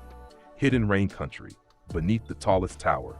6 members currently present. Your leader's chakra is unusual, powerful, but nothing I can't handle. Itachi's eyes widened. You can sense that far? Across entire countries? I can sense across the continent if I focus. Your hiding places are meaningless to me. Naruto's tone held absolute certainty. The only reason I haven't eliminated you all already is because you haven't directly threatened Konoha yet. Change that, and I'll demonstrate what happens when I stop holding back. The 2 Akatsuki members exchanged glances. Without another word, they vanished using body flicker techniques, retreating with a speed born from genuine fear. Naruto watched them go, his expression unchanged. The fight, if it could even be called that, had been disappointing. He'd hoped the legendary Akatsuki would provide at least some challenge, some excuse to access his higher power states. Instead, they'd retreated after seeing just 10% of his hidden power. They're too weak, he thought coldly. Everyone is too weak. From the shadows nearby, Kakashi emerged, his Sharingan eye wide with shock. He'd witnessed the entire encounter, ready to assist if needed, but assistance had been completely unnecessary. Naruto, you've changed even more than I thought. I've achieved the power I need to protect this village. Naruto's gray eyes turned toward the copy ninja. Spread the word to the other villages. The Akatsuki came for me and retreated without landing a single blow. Let them know what that means. It means they'll send more next time, or worse threats. Good. A faint hint of anticipation entered Naruto's voice, the first emotion he'd shown all night. Maybe then I'll find an opponent worth fighting seriously. Kakashi watched Naruto return to the monument top and resume his vigil over the village. The legendary copy ninja, who had fought countless battles and faced numerous powerful opponents, felt something he rarely experienced: genuine fear. Not fear of Naruto specifically, but fear of what would happen when something finally pushed the gray-eyed warrior to use his full power. The casual demonstration against the Akatsuki had been 10%. What would 100% look like? What destruction would follow when Naruto stopped holding back entirely?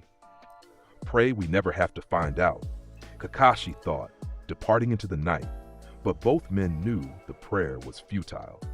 The shinobi world was escalating toward conflicts that would require Naruto's ultimate power. The only question was when. 3 days after the Akatsuki's failed capture attempt, Naruto received his assignment from Hiruzen: investigate the anomalous chakra signatures in Suna's southern desert. The Kazekage had sent urgent requests for assistance, reporting that ancient ruins long thought dormant had begun emanating power that rivaled the voice echoed through the chamber, ancient and hollow. A visitor, worthy of acknowledgement. Your power, I can taste it, so much potential. You're the threat, Suna reported, Naruto stated calmly, showing no fear despite the overwhelming presence. The Forgotten God. That is what they called me before they sealed me here eons ago. The bindings creaked as the entity tried to move. I was too powerful, too dangerous. They feared what I represented. Absolute strength, unlimited potential. And now you're awake. The seals weaken. As the world's chakra grows denser, soon I will be free. The Forgotten God's attention intensified on Naruto. But you interest me. Such power in one so young. You remind me of myself, before the sealing. I'm nothing like you, Naruto replied. You were sealed because you threatened the world. I protect mine. Protect? The entity laughed, a sound like grinding stone and ush. You lie to yourself. I can sense the truth. You don't protect out of compassion. You protect because it gives your power purpose. You are like me, a being of absolute strength, seeking challenges worthy of that strength. Naruto didn't respond, because the words struck uncomfortably close to thoughts he'd had during training. The Forgotten God chuckled at his silence. Yes, you understand. Power without purpose is meaningless. But power used only for protection grows stagnant. You need conflict. You need threats that push you higher. The bindings cracked further. I can give you that. Free me, and we shall fight. A battle that will reshape this world. You want me to release you so you can destroy everything? I want to be free, to fight an opponent who might actually challenge me. The Forgotten God's voice rose with passion. For eons I have been trapped here, feeling my power grow but unable to use it, unable to test myself. You understand that frustration, don't you? That endless seeking of stronger opponents, that disappointment when they all fall too easily. Naruto did understand. Every fight since his return had been disappointingly one-sided. The Akatsuki had retreated without even making him try. His training partners couldn't match a fraction of his strength. He was surrounded by weaklings who couldn't begin to comprehend his power, but that didn't mean he'd unleash a world-ending threat just for a good fight. Your answer is no, Naruto said flatly. I'll complete the seals, ensure you never wake, and return to my village. Foolish boy! The Forgotten God's power surged, the remaining seals cracking like glass. Did you think you had a choice? The moment you entered this chamber, I began absorbing your energy. Your mere presence is breaking the final seals. You've already freed me. Naruto's eyes widened fractionally as he sensed the truth. The entity hadn't been lying. His overwhelming chakra had been feeding into the ancient seal system, overloading it. And now, those seals were shattering completely.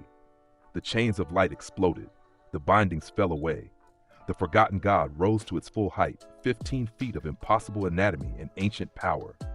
Its featureless mask tilted toward Naruto, and he felt killing intent that rivaled what he'd experienced during the Ninetales attack years ago. Finally, I am free! The entity's power exploded outward, shaking the entire temple complex. And you will be my first opponent in millennia. Show me your strength, boy. Let me see if you're truly worthy of that power you possess. The forgotten god moved, speed that exceeded normal perception. Its elongated arm swung toward Naruto, fingers tipped with energy that could tear through steel. Naruto caught the arm mid-strike. His gray eyes remained calm. You made a mistake. What? Power impact. The crimson sphere formed instantly in Naruto's other hand and detonated point blank against the forgotten god's chest. The explosion was contained but devastating, sending the ancient entity flying backward to crash through 3 stone pillars before slamming into the far wall. You wanted to see my strength? Naruto's aura began to glow faintly red. Then I'll show you what happens when you threaten my world. His eyes blazed crimson. His muscular frame radiated overwhelming power. The air around him became dense, almost solid with pressure. Hidden power released. Maximum output. The transformation sent shockwaves through the chamber. Stone cracked. Ancient seals still remaining on the walls shattered from proximity to his aura. The temperature spiked as his energy ionized the air itself. The forgotten god rose from the rubble, its mask cracked, revealing glimpses of something that hurt to look at directly. Yes! This is what I sought! True power. True challenge. The entity charged again, moving even faster, its attacks enhanced by centuries of absorbed natural energy. Each strike carried enough force to level buildings. Backed by killing intent that would paralyze normal shinobi, Naruto met the assault head-on. His overwhelming barrage technique activated, hundreds of strikes per second, each one precise and devastating. The sound was like continuous thunder, the shockwaves creating visible distortions in the air. The forgotten god couldn't keep up. Despite its speed, despite its power, Naruto's maximum output hidden power state was simply on another level. Each of his strikes broke through the entity's defenses, cracking its ancient form, forcing it backward. Impossible. You're human. Humans shouldn't possess such power. I'm not normal. Naruto's gray eyes blazed red with absolute certainty, and you're about to learn why that matters. He appeared behind the forgotten god, movement too fast for even the ancient entity to track. His hands glowed with concentrated crimson energy. Colossal strike! Amplified! The punch connected with the entity's back, and the force was apocalyptic. The forgotten god was launched forward, its body breaking the sound barrier as it shot through the chamber wall, through hundreds of feet of solid stone, erupting from the temple's roof in an explosion of rubble. Naruto followed effortlessly, his flight technique carrying him through the hole he'd created. Above ground, the Suna shinobi watched in horror as the forgotten god crashed into the desert, creating a crater 100 feet deep. And following it came Naruto, his crimson aura visible from miles away, his power making the air itself scream. Is that the Konoha shinobi? Baki whispered, his voice hollow with shock. What is he? Inside the crater, the forgotten god struggled to rise. Its body was cracked, leaking energy instead of blood. The mask had shattered completely, revealing a face that was a swirling void, nothing and everything simultaneously. You're not just strong, you're transcendent. The entity's voice held genuine awe. What are you, boy? What power is this? I'm the wall that stops threats like you. Naruto descended into the crater, his feet touching down without sound. You wanted a battle that would reshape the world. I'll give you a battle that ends it. His aura intensified further, pushing beyond what he'd shown so far. The sand around him began to crystallize from the heat and pressure. The sky above darkened as his energy disrupted atmospheric pressure. This is 50% of my hidden power state, Naruto announced. More than enough to destroy you completely. But I'll give you one chance. Surrender and return to your seal willingly, or be obliterated. The forgotten god laughed, a broken sound. You think I would surrender after eons of imprisonment? Never. If I must die, then I die fighting. The entity's power surged one final time, drawing on reserves built over centuries. It grew larger, more unstable, its form beginning to break down as it channeled everything into one ultimate attack. Primordial devastation. The forgotten god's entire body became pure energy, a massive sphere of ancient power that could level cities. It hurled itself at Naruto, sacrificing its physical form for one last desperate strike. Naruto raised both hands, his expression emotionless. Power impact, maximum amplification. The crimson sphere that formed between his palms was the size of a house, pulsing with concentrated power that made reality ripple. When he released it to meet the forgotten god's attack, the two forces collided midair above the crater. For a moment, there was silence. The opposing energies pushed against each other, neither giving ground. Then Naruto's technique won. The power impact consumed the forgotten god's attack entirely, broke through it like tissue paper, and struck the entity dead center. The explosion that followed was visible from Sunagakure 50 miles away, a pillar of crimson light that punched through the clouds and continued into the upper atmosphere. When the light faded, there was nothing left of the forgotten god. Not a body, not residual chakra, not even ash. The ancient entity had been completely erased from existence by Naruto's overwhelming power. The crater where they'd fought had expanded to a quarter-mile across, the sand fused into glass by the heat. The temple ruins were completely obliterated, centuries of history vaporized in seconds. Naruto stood at the crater's center, his aura fading back to normal. His breathing was steady, his expression unchanged. The fight hadn't even required his full power state. Just half of his hidden power had been enough to eliminate a threat that had traumatized Suna's elite forces. Still not enough, he thought, a hint of disappointment in his gray eyes. Even an ancient god fell too easily. He flew back to the Suna encampment, where every shinobi present stared at him with expressions mixing awe and terror. Baki stepped forward on trembling legs. The threat? Eliminated. Naruto's tone was matter-of-fact. The forgotten god won't be waking again. Report to your Kazekage that the ruins are destroyed, but the danger is neutralized. How? How did you? Baki couldn't form the question.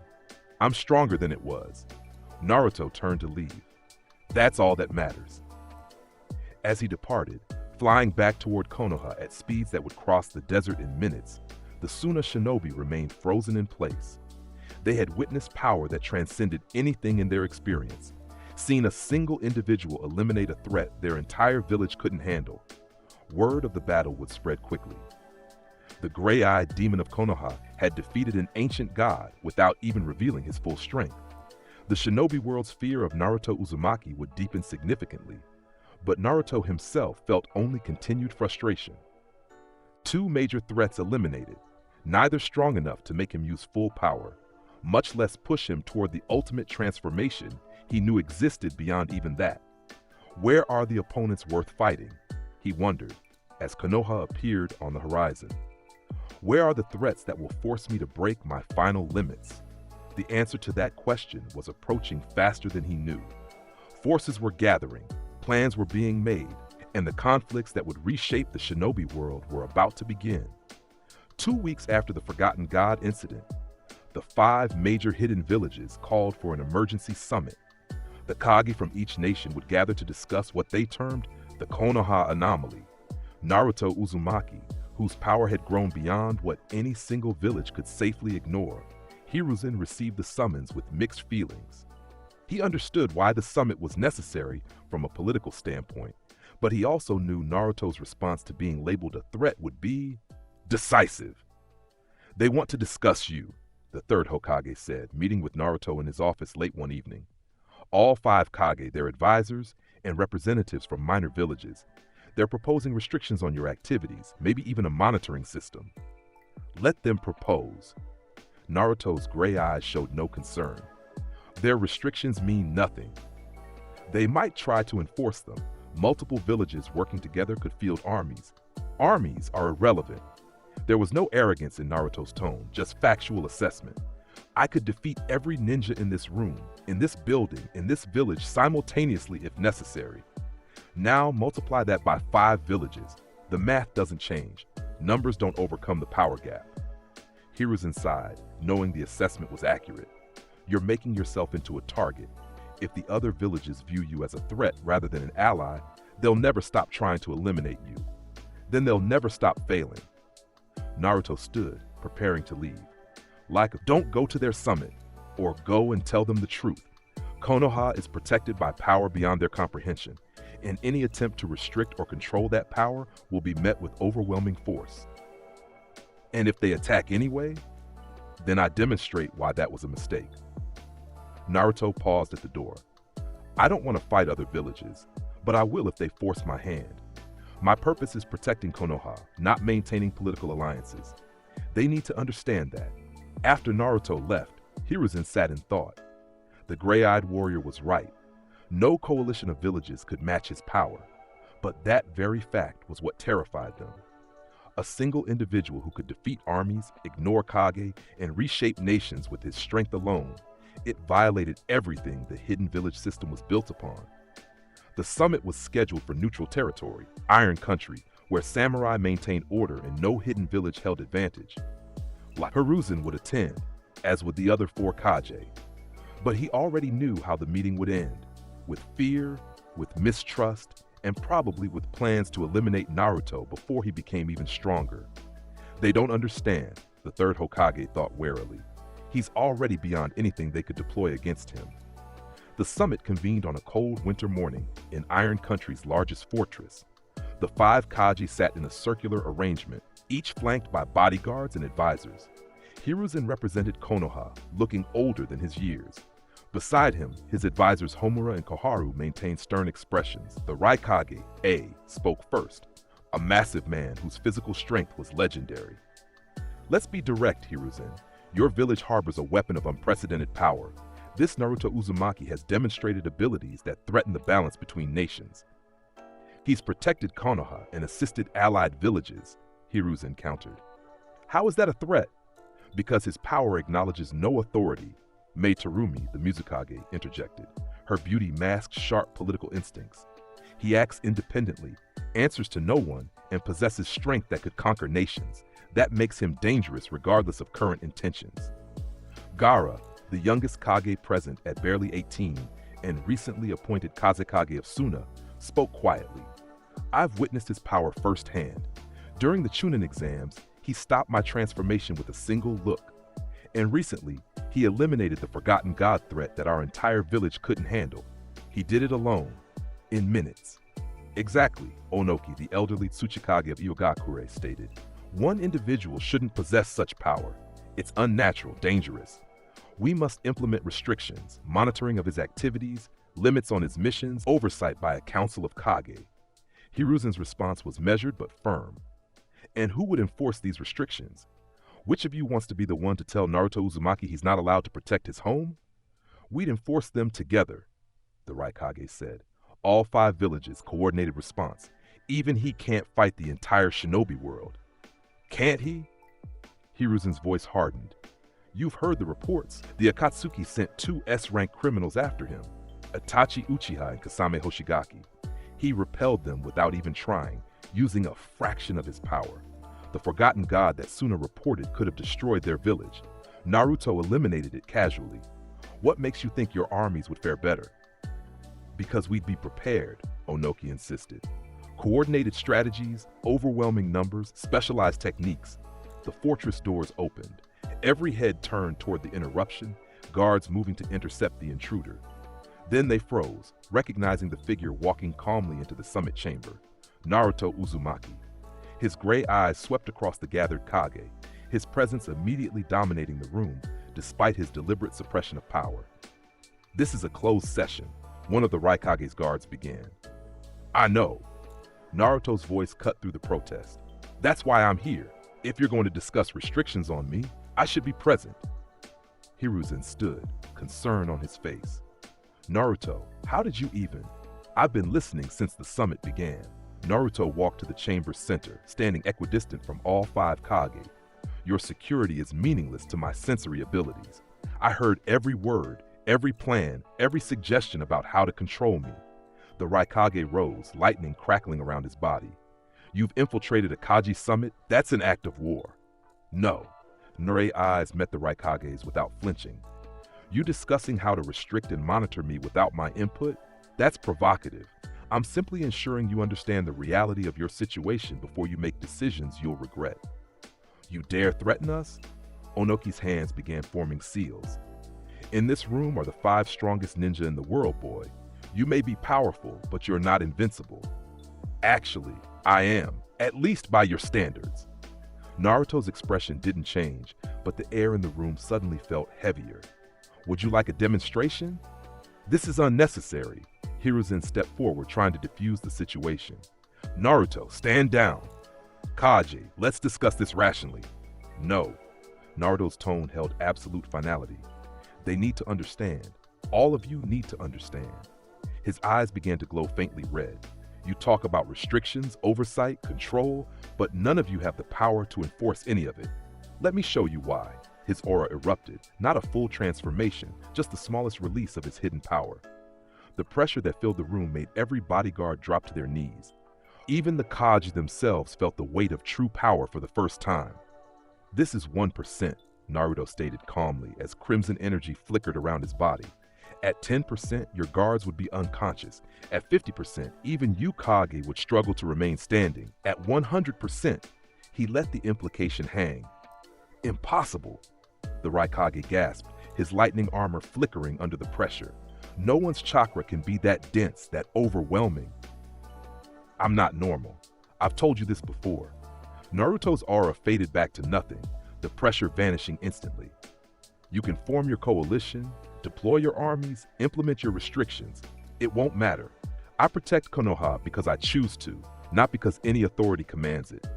And if you try to force control, you'll discover exactly how little your combined strength means against overwhelming power. Mei Terumi spoke up, her voice careful.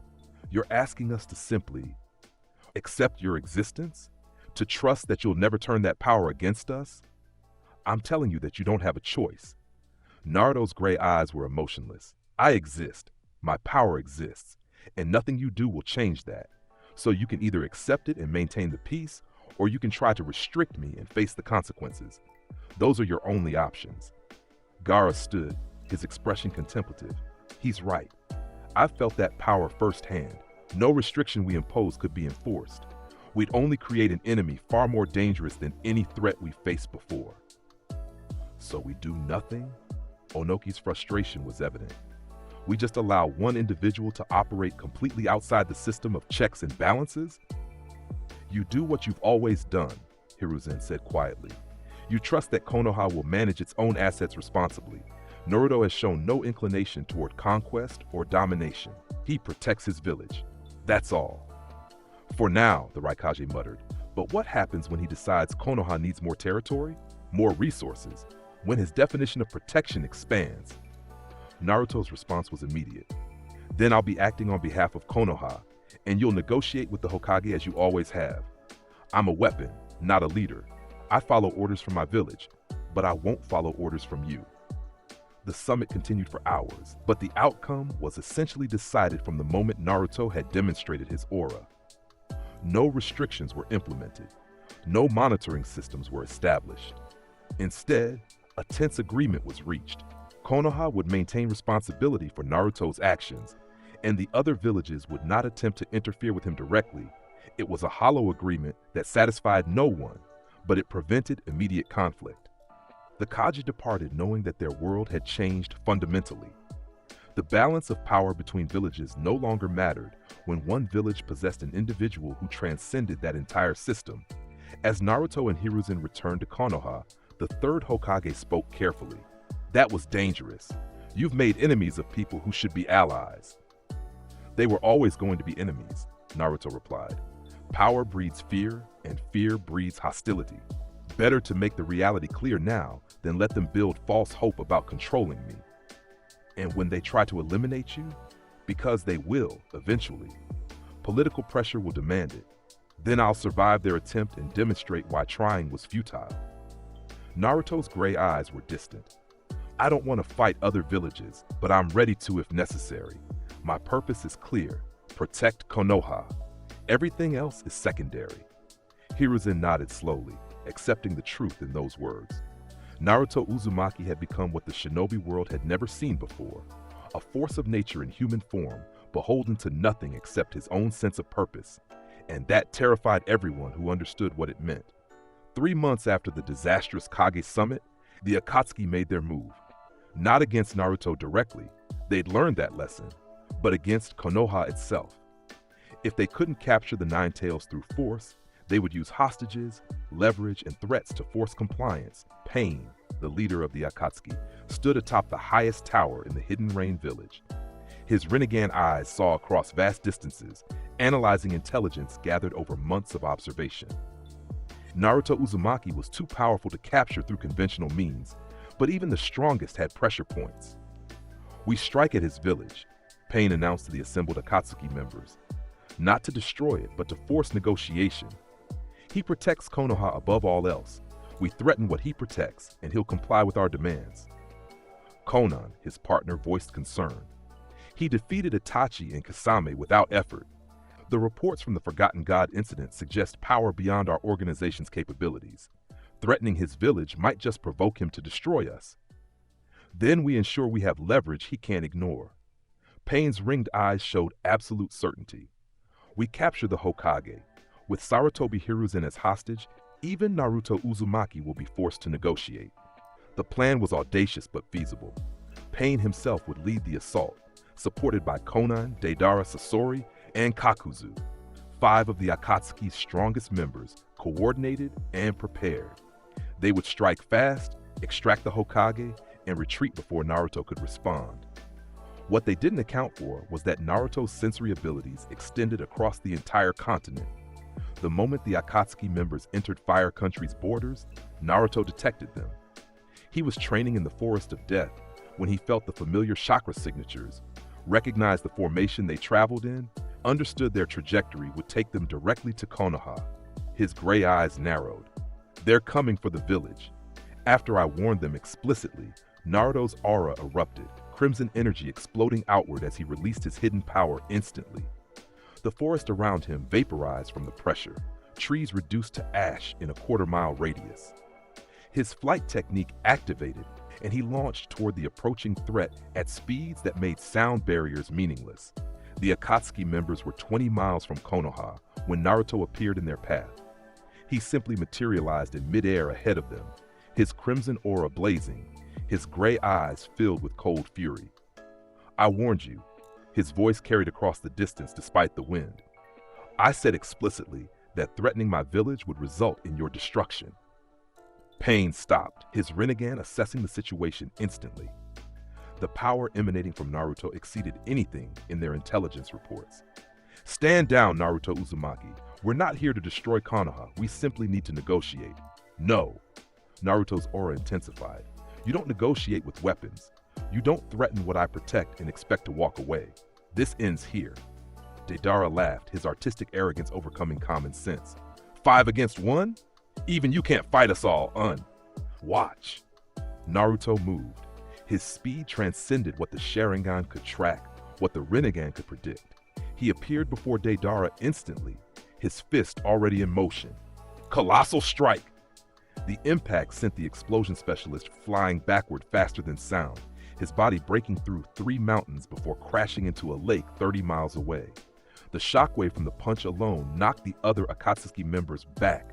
Sasori deployed his 100-puppet technique, hundreds of shinobi puppets spreading out to surround Naruto. Each puppet was armed with poison and weapons that could kill with a scratch. Overwhelming barrage! Naruto's fists became blurs, striking hundreds of times per second. Every puppet he hit exploded into splinters, destroyed beyond repair. In 3 seconds, the 100 puppets were reduced to kindling raining from the sky.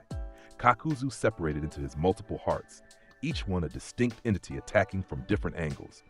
Earth, fire, water, wind, and lightning techniques converged on Naruto simultaneously. Heatwave Magnetron! Barriers of burning energy formed around Naruto, creating perfect defense. Every jutsu struck the barriers and was vaporized, unable to penetrate his overwhelming chakra. Then the barriers expanded outward, and Kakuzu's separated hearts were consumed, destroyed before they could reconverge.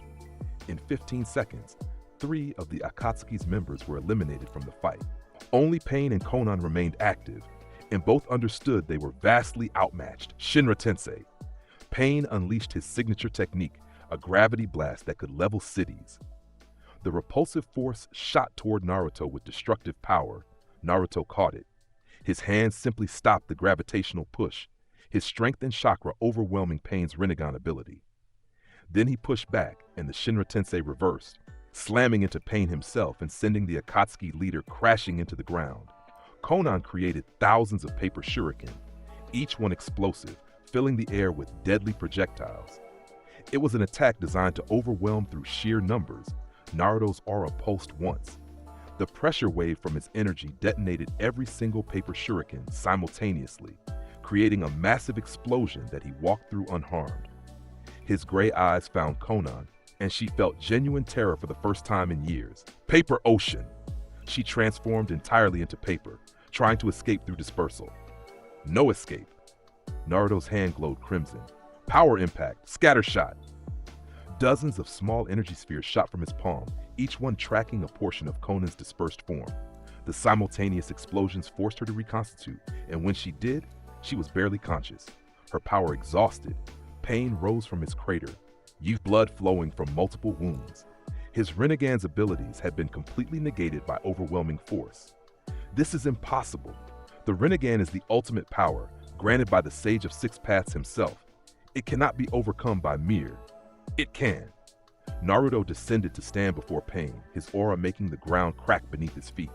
You relied on legendary abilities, on ancient power, on the Rinnegan's reputation, but raw power beats technique. Overwhelming strength defeats any ability. I am proof of that truth. Pain tried to stand, to fight back, but his body wouldn't respond. The battle was over. The Akatsuki's assault had been repelled in under 2 minutes, all 5 members defeated by a single opponent who hadn't even used his full power state. You're a monster, Pain gasped, his conviction wavering for the first time. No, I'm what happens when someone transcends normal limits and keeps going. Naruto's gray eyes held no mercy. You threatened my village after explicit warning. The only reason you're alive is because I want you to deliver a message to any other threats considering similar action. He grabbed Pain by the throat, lifting the legendary ninja easily. Tell them what happened here. Tell them that 5 of the Akatsuki's strongest members attacked one person and were defeated in minutes. Tell them that Naruto Uzumaki is beyond their power to challenge. And tell them that the next organization, village, or threat that moves against Konoha will be annihilated completely. Naruto threw Pain down, not bothering to finish him. The Akatsuki leader was broken, his organization scattered, his confidence shattered. He would never threaten Konoha again. As Naruto flew back toward the village, leaving the defeated Akatsuki members behind, he felt that familiar frustration. Even 5 legendary criminals working together hadn't been enough to make him use full power. The gap between him and everyone else continued to widen with no end in sight. When will I find an opponent worth my strength? He wondered, his crimson aura fading as Konoha appeared on the horizon. When will something push me to my limits? The answer was coming, sooner than he expected. 3 days after the Akatsuki's defeat, reality itself began to fracture. Sensors across the shinobi world detected anomalies, tears in space, disruptions in chakra flow, moments where the laws of physics seemed to pause. Something was coming, something that didn't belong to this dimension. Naruto felt it first. During his evening meditation atop the Hokage monument, his sensory abilities detected a presence that made him stop and focus entirely. This wasn't like anything he'd sensed before. Not chakra, not natural energy, but something fundamentally different. Older, more dangerous, a rift opened in the sky above Konoha. Not a summoning portal, not a space-time jutsu, but a genuine tear in reality. And through it stepped a figure that made even Naruto's expression change. The being was humanoid, but clearly not human. Its body seemed to shift in phase, existing partially in this dimension and partially elsewhere. Its eyes were empty voids that contained swirling galaxies.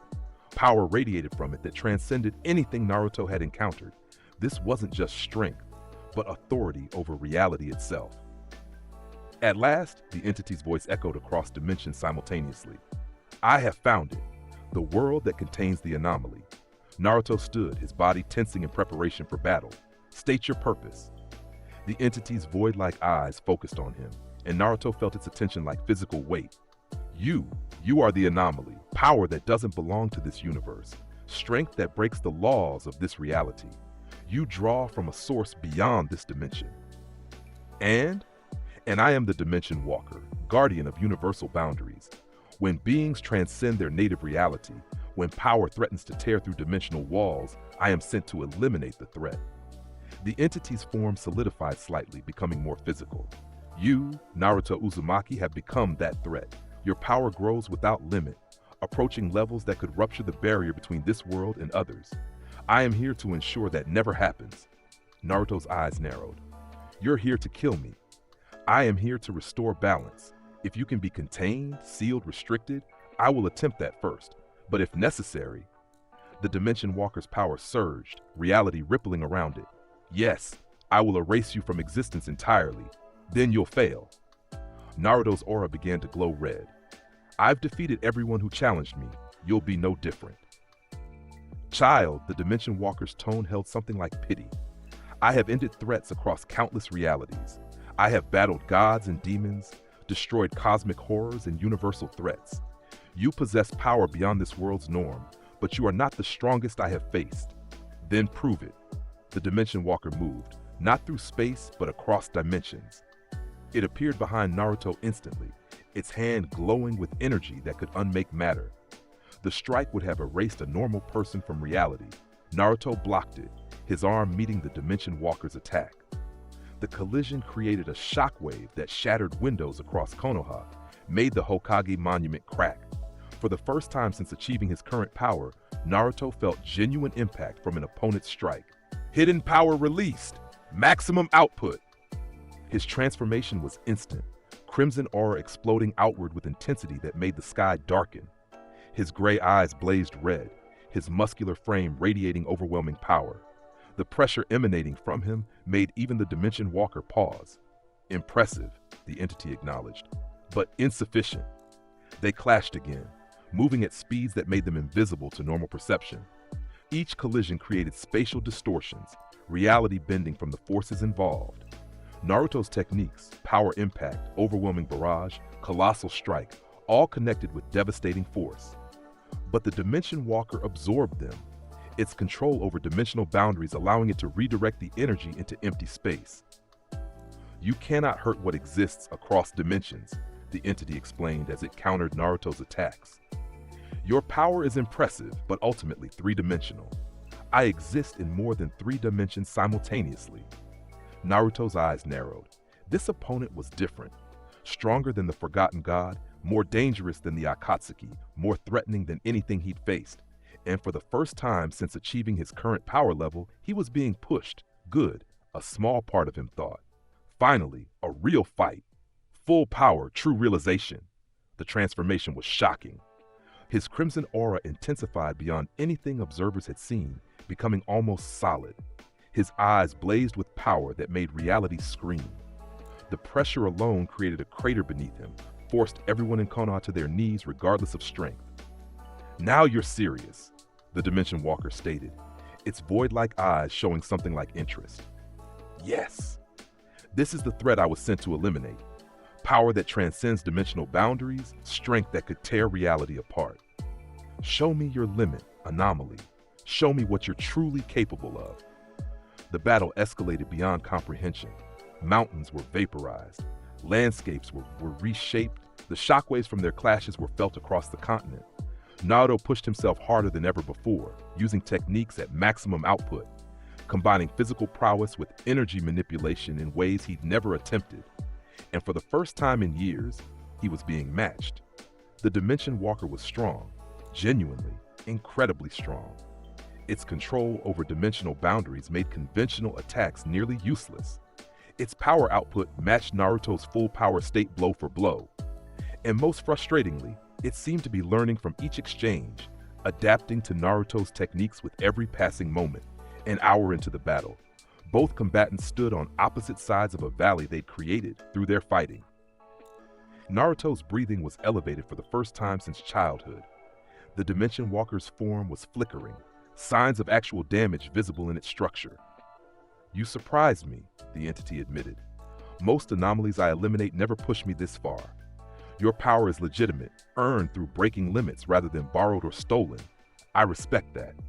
"Your respect means nothing," Naruto replied, his crimson aura pulsing. "Either leave my world alone, or I'll destroy you." "You can't destroy what exists across dimensions," the Dimension Walker repeated. "But you might be able to banish me if you push hard enough." However, its power surged to new heights, reality rippling violently. "I haven't used my full strength either. Shall we both escalate? Shall we see whose ultimate power is truly superior?" Naruto felt it then. That barrier he'd sensed for years, the transformation beyond his full power state. He'd never needed it before, never faced a threat that required breaking that final limit. But now, against an opponent who could actually match his current strength, he felt the wall crack. "This is it," he realized. "This is the moment I've been preparing for, the fight that will force me to transcend everything." "Yes," Naruto's voice held certainty. "Let's escalate. Let's fight at our absolute peaks. And when it's over, you'll understand why threatening my world was a mistake." Both warriors' power surged simultaneously, their auras clashing and creating a pillar of light visible from space. The final battle, the conflict that would push Naruto to his ultimate form, was about to begin. The valley shook as both combatants prepared to unleash their true power. Naruto stood with his crimson aura burning intensely around him, his full power state pushed to its absolute limit. But even this wasn't enough. He could feel it.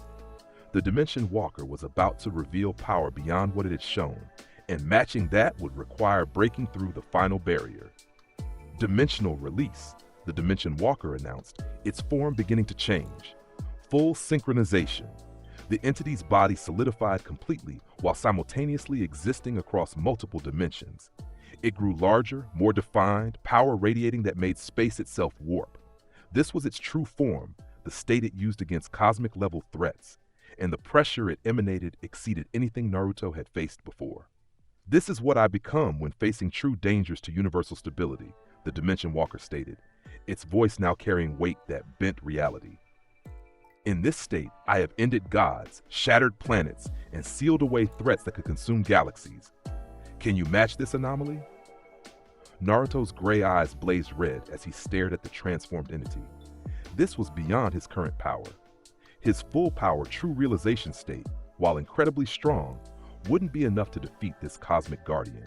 He needed to break through, needed to achieve the transformation he glimpsed during his deepest meditations. "Show me the path," he thought, reaching deep into Jiren's essence within him. "Show me what lies beyond limits." The memories flooded back, not fragmented anymore, but clear and complete. Jiren standing against Goku's ultra instinct. Jiren pushing beyond his own limits when faced with an opponent he couldn't defeat at his normal peak. Jiren achieving a state where power and will became one, where strength transcended measurement. "I understand now," Naruto realized. It's not about accessing more power. It's about removing all restrictions, all hesitation, all limits I've unconsciously placed on myself. It's about becoming power itself. His aura began to change. The crimson energy that had defined his transformation started to shift, becoming something different, brighter, more intense, more fundamental. "What are you doing?" The Dimension Walker sensed the change, recognized it as something significant. "I'm breaking my final limit." Naruto's voice was calm despite the cosmic forces gathering around him. "You wanted to see my ultimate power. You wanted to know if I could threaten dimensional boundaries. I'll show you." The transformation began. Energy exploded from Naruto's body in waves that made the previous pressure seem like gentle breezes. His crimson aura started incorporating white gold light, becoming something beyond normal chakra or energy. His gray eyes began to glow with intensity that hurt to look at directly. His muscular frame radiated power that was approaching genuinely divine levels. "This is impossible," the Dimension Walker whispered, its void-like eyes widening. "This level of power shouldn't exist in a being native to this universe." Naruto's aura intensified further. The ground beneath him didn't just crack, it ceased to exist, vaporized by proximity to his ascending power. The sky above darkened, then lightened, then began to fracture as reality struggled to contain what he was becoming. And then, with a final surge that sent shockwaves across dimensions, the transformation completed. Ultimate form, limit break maximum. The aura that exploded from Naruto was transcendent, white gold energy with red lightning crackling through it, so intense that it created its own light brighter than the sun. His eyes glowed pure white gold, windows to limitless power. His body had become perfected, every muscle defined and radiating unstoppable force. But most incredible was the pressure. The sheer overwhelming presence of his aura made reality itself bend. Space warped around him. Time seemed to slow in his immediate vicinity, and the power output, it exceeded anything the shinobi world had ever witnessed, approaching or reaching levels that transcended mortal comprehension entirely. This, Naruto's voice echoed across dimensions. This is my limit, broken beyond limits. This is my ultimate power. The Dimension Walker stood frozen, its cosmic senses trying to comprehend what it was witnessing. This wasn't supposed to be possible. Native beings of this universe had caps on their potential, maximum power levels determined by universal laws. But Naruto had just shattered those laws entirely. You've transcended your universe's limitations, the entity whispered in something like awe. You're drawing power from beyond dimensional boundaries, accessing energy that shouldn't be available to you. How is this possible?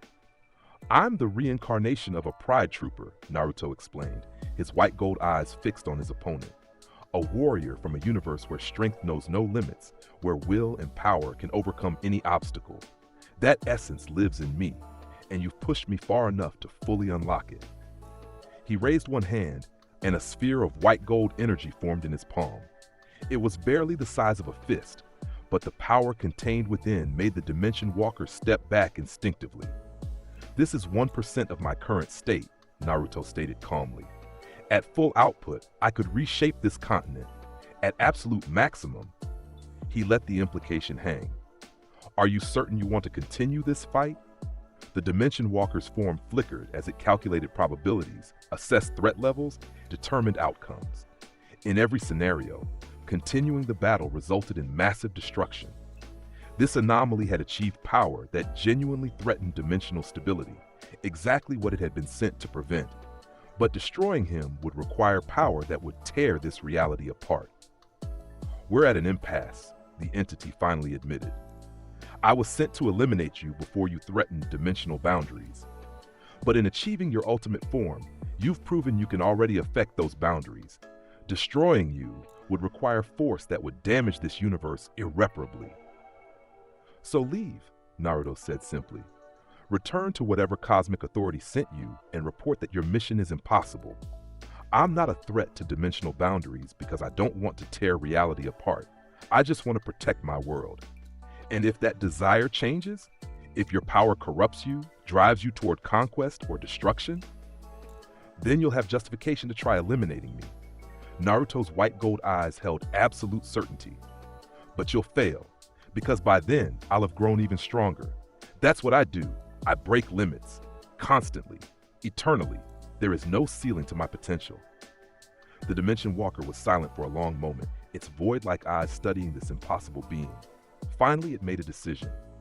Very well, I will report that the anomaly, while powerful, has shown no hostile intent toward dimensional stability. You'll be monitored from afar, and if you ever threaten universal boundaries, I or others like me will return. I'll be ready. I believe you will. The entity's form began to fade, shifting back across dimensions. Naruto Uzumaki, you are perhaps the most dangerous being I've encountered who isn't actively malevolent.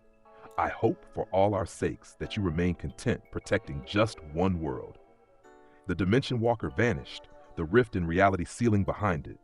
Naruto stood alone in the devastated valley, his ultimate form still active, power beyond measure radiating from every fiber of his being. And for the first time since achieving this state, he allowed himself a genuine smile, not from happiness, but from satisfaction. He'd done it, broken his final limit, achieved the transformation that represented his absolute peak. This is what I've been seeking, he said quietly to himself, feeling the limitless power flowing through him. This is the strength that will protect everything I care about. His aura began to fade, the ultimate form retracting as he returned to his normal state. The transformation was mastered. He could access it whenever necessary now, though he suspected it would remain saved for only the most dire threats. As Naruto flew back toward Konoha, the shinobi world trembled. Every sensor within 100 miles had felt that final surge of power, that moment when he transcended all previous limits. Word would spread quickly. The gray-eyed demon had achieved a state beyond anything imagined, power that approached or reached genuinely divine levels. The balance of the shinobi world had shifted irrevocably, and everyone knew it. The week following Naruto's achievement of ultimate form was chaotic across the shinobi world. Every major village called emergency meetings. Intelligence networks worked overtime trying to understand what had happened. Sensors reported power readings that exceeded their measurement scales. And everywhere, ninja who had felt that final surge of energy whispered in fear about the Konoha anomaly who had transcended humanity itself. In Konohagakure, Hiruzen sat in his office reviewing reports with growing concern. The valley where Naruto had fought the Dimension Walker was completely destroyed, not just damaged, but fundamentally altered. The landscape had been reshaped, mountains moved, rivers rerouted, and at the epicenter, there was a zone where reality itself seemed thin, where the laws of physics operated differently. This is beyond anything I can contextualize, Jiraiya admitted, standing before the Hokage's desk. I've seen Biju rampage, witnessed the fourth Hokage's battle with the Nine Tails, studied legends from the Sage of Six Paths era. Nothing compares to what Naruto unleashed.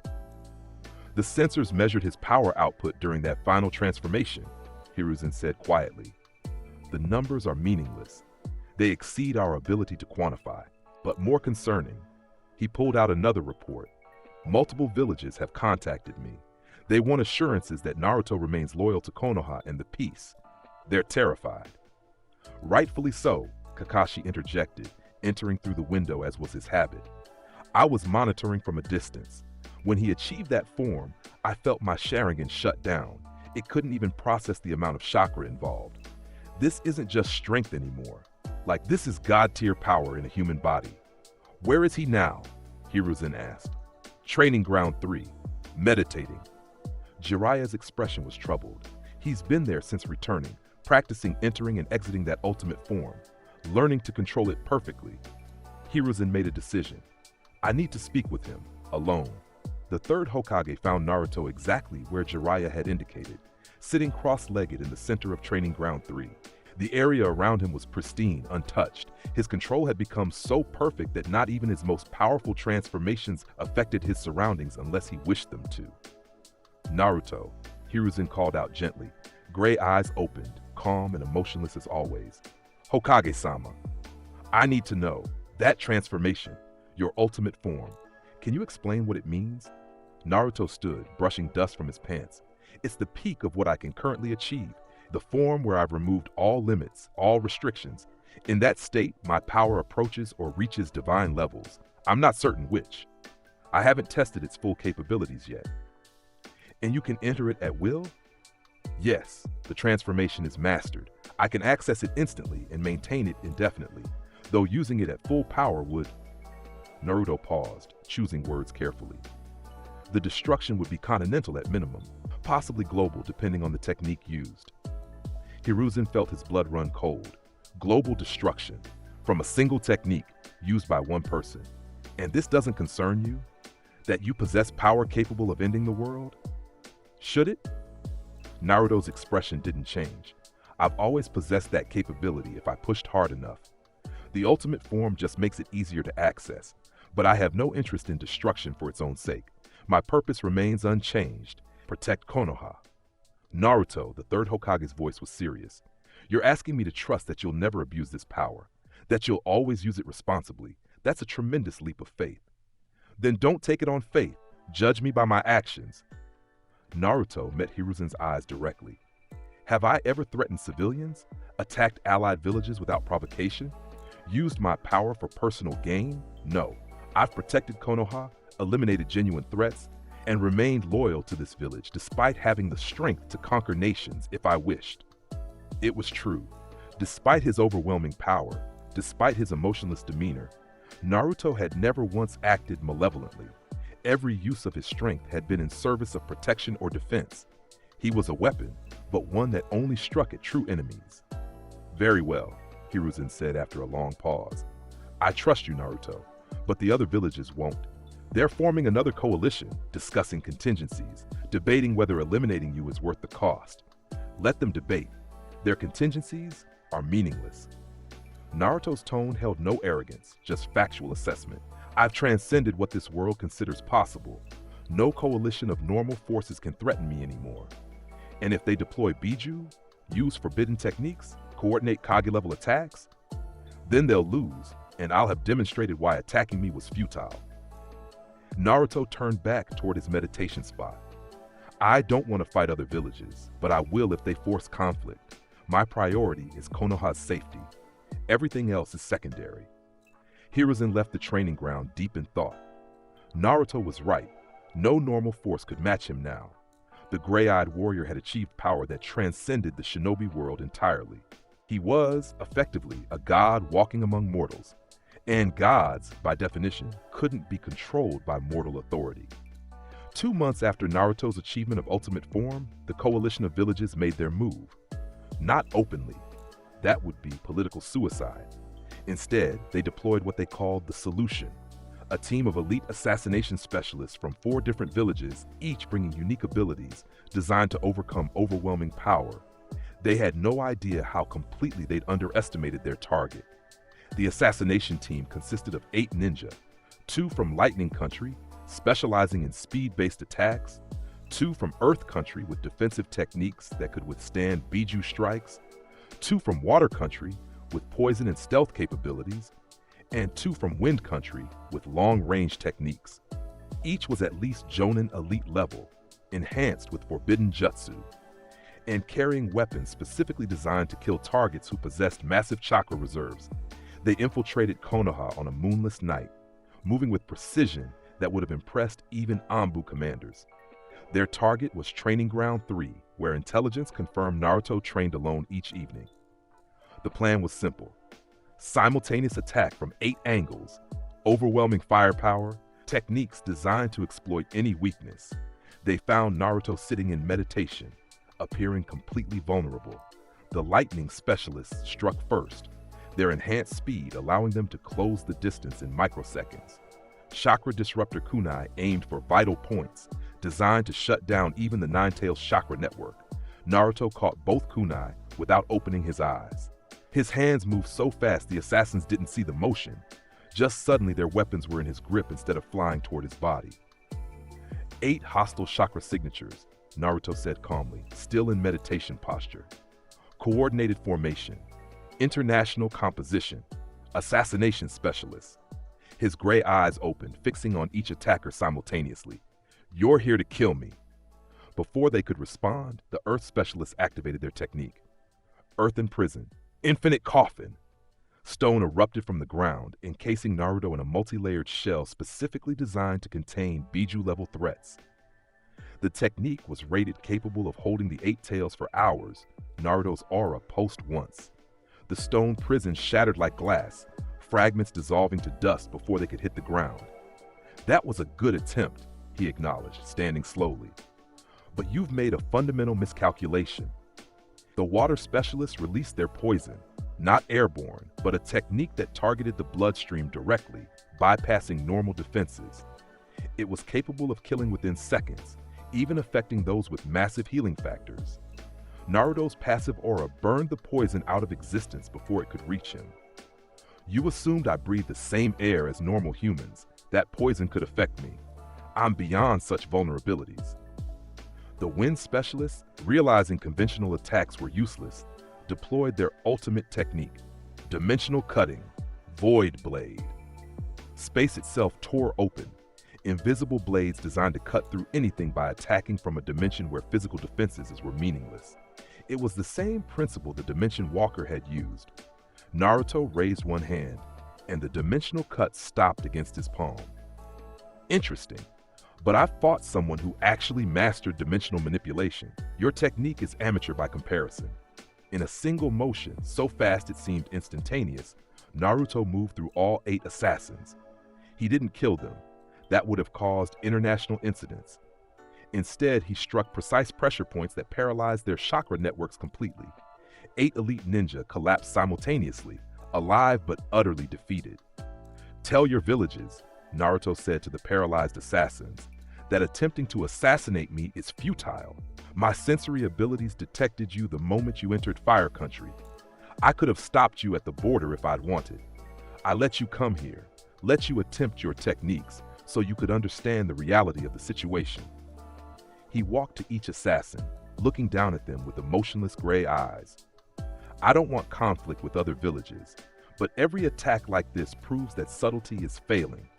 Eventually, I'll have to demonstrate my power so decisively that even the most stubborn leaders understand attempting to control or eliminate me is impossible." You're a monster," one of the lightning specialists gasped. "No, I'm what happens when someone refuses to accept limits." Naruto's expression didn't change. "You see a monster because you can't comprehend power beyond your experience. But I'm just a person who kept breaking through barriers everyone else accepted as permanent." He formed a single hand seal, and 8 Konoha Anbu appeared instantly. "Take them into custody. Contact their villages and arrange for their return. And make sure the message is clear. Next time, they won't be so lucky." As the Anbu collected the defeated assassins, Naruto returned to his meditation spot. The entire encounter had lasted less than 3 minutes, and he hadn't even needed to release his hidden power state, much less access ultimate form. Word of the failed assassination spread quickly through intelligence networks. 8 elite specialists, carefully chosen and enhanced, defeated effortlessly without forcing their target to try. The message was received loud and clear. Naruto Uzumaki was untouchable through conventional means. The coalition held emergency meetings, trying to determine if any force could match him. The conclusion, reluctantly reached by all participants, was devastating. No conventional force, no combination of techniques, no coordination of Kaji could defeat someone who had achieved true divine-level power. The shinobi world would have to accept that Konoha possessed an individual who transcended their entire system of checks and balances, and that reality terrified them. While the major villages debated how to handle Naruto, Orochimaru watched from the shadows with different thoughts. The snake Sanin had been recovering from his near-death experience during the Chunin exams, building power through forbidden experiments and forbidden techniques. But where others saw Naruto as a threat to be eliminated, Orochimaru saw opportunity. That power, the snake thought, studying intelligence reports from his spy network. If I could understand it, replicate it, or even just analyze it up close, I could achieve immortality beyond anything I've imagined. Orochimaru had no illusions about defeating Naruto in combat, but he didn't need to win a fight. He just needed to get close enough to study that ultimate form power, to see how it functioned, to potentially steal a sample of that transcendent energy. The plan was intricate and risky. Orochimaru would use Sasuke as bait. The Uchiha had been training under him for 3 years now, had grown strong enough to be interesting to someone like Naruto. If the snake could engineer a confrontation between Sasuke and Naruto, he might be able to observe ultimate form in action and gather the data he needed. Sasuke stood in Orochimaru's lair, his cursed seal active, his Sharingan spinning with 3 Tomoe. 3 years of intensive training had made him powerful, genuine Jonin level, possessing techniques that could challenge most elite shinobi. "It's time," Orochimaru hissed, his yellow eyes gleaming. "Time for you to test yourself against the Uzumaki. Time to prove whether you've grown strong enough to match the one who left you behind." Sasuke's jaw clenched. The memory of their last fight, of Naruto stopping his Chidori with a single finger, of being tossed aside like a child, still burned. "I'm not strong enough yet. The power gap is irrelevant to my purposes," Orochimaru interrupted. "I don't need you to win, Sasuke. I just need you to push him hard enough that he reveals his ultimate power. Can you do that?" The Uchiha considered. 3 years ago, Naruto had been impossibly strong, but intelligence suggested he'd grown even more powerful since then, achieving transformations that made his previous strength look insignificant. Still, Sasuke's pride demanded an answer to that humiliation. "Where?" the Uchiha asked. the Valley of the End, where Hashirama and Madara once fought, where the greatest battles are always destined to occur. 3 days later, Naruto detected a familiar chakra signature approaching Konoha from the north, Sasuke Uchiha moving deliberately toward the border, and behind him, hidden but present, the unmistakable energy of Orochimaru. So the Uchiha wants a rematch, Naruto thought, rising from his meditation. And the snake thinks he can observe my power up close. Predictable. He could have ignored it, could have let Anbu handle the situation. But truthfully, Naruto was curious. Sasuke had been training under a Sannin for 3 years. Perhaps he'd grown strong enough to at least require hidden power to defeat. It would be interesting to find out. Naruto arrived at the Valley of the End at sunset, the massive statues of Hashirama and Madara casting long shadows across the water. Sasuke stood on Madara's statue head, his cursed seal already activated to its second stage, his Sharingan spinning with power. "You came," Sasuke said, his voice carrying across the valley. "You wanted this fight." Naruto stood on the water's surface effortlessly, his arms crossed. "Though I don't understand why. You know how the last battle ended. 3 years ago, you humiliated me, stopped my strongest technique with a finger, threw me aside like garbage." Sasuke's killing intent flared. "I've spent every day since then training, growing stronger, pushing past my limits, and now I'm ready to prove that the Uchiha bloodline isn't inferior to whatever freak power you possess. You're still too weak." Naruto's tone was matter-of-fact, not insulting. "You've grown stronger, yes, but I've grown exponentially more. The gap hasn't closed, it's widened." "Prove it." Sasuke launched himself forward, his speed enhanced by 3 years of intensive training. Chidori, Black Lightning. The attack was far beyond his previous Chidori, black lightning that could pierce through any defense, carrying power that rivaled A-rank techniques. It was genuinely impressive for someone Sasuke's age. Naruto raised one finger, just like last time. The black lightning Chidori struck it and dispersed harmlessly, unable to penetrate even his passive aura. Sasuke's eyes widened. "No, I trained for years to overcome that technique. And I've grown far beyond what you remember."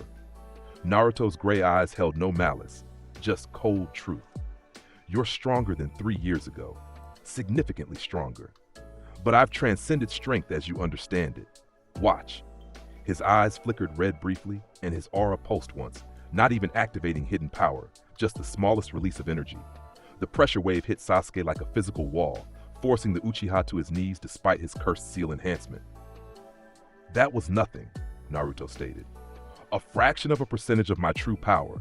At full strength, you'd be unconscious from the pressure alone." From his hidden position, Orochimaru watched intently, his sensory techniques analyzing every aspect of Naruto's energy signature. Fascinating. The density, the quality, the absolute control. This isn't just chakra anymore, it's something fundamentally different. Sasuke struggled to stand, his pride refusing to accept defeat. "Then use that full strength. Show me this ultimate power everyone whispers about. Let me see what I'm truly facing." "No." Naruto's refusal was immediate. "You're not worthy of seeing my ultimate form. That state is reserved for threats that actually challenge me. You're just a child with an inferiority complex." The words struck deeper than any physical attack. Sasuke's Sharingan spun wildly, his cursed seal expanding as rage fueled his power. "I am not a child!" He activated every technique Orochimaru had taught him simultaneously. Lightning techniques combined with fire, enhanced by the cursed seal's power, creating a devastating combination that would overwhelm most Jonin. Naruto walked through it all. The techniques broke against his body without leaving marks, their power completely insufficient to harm him.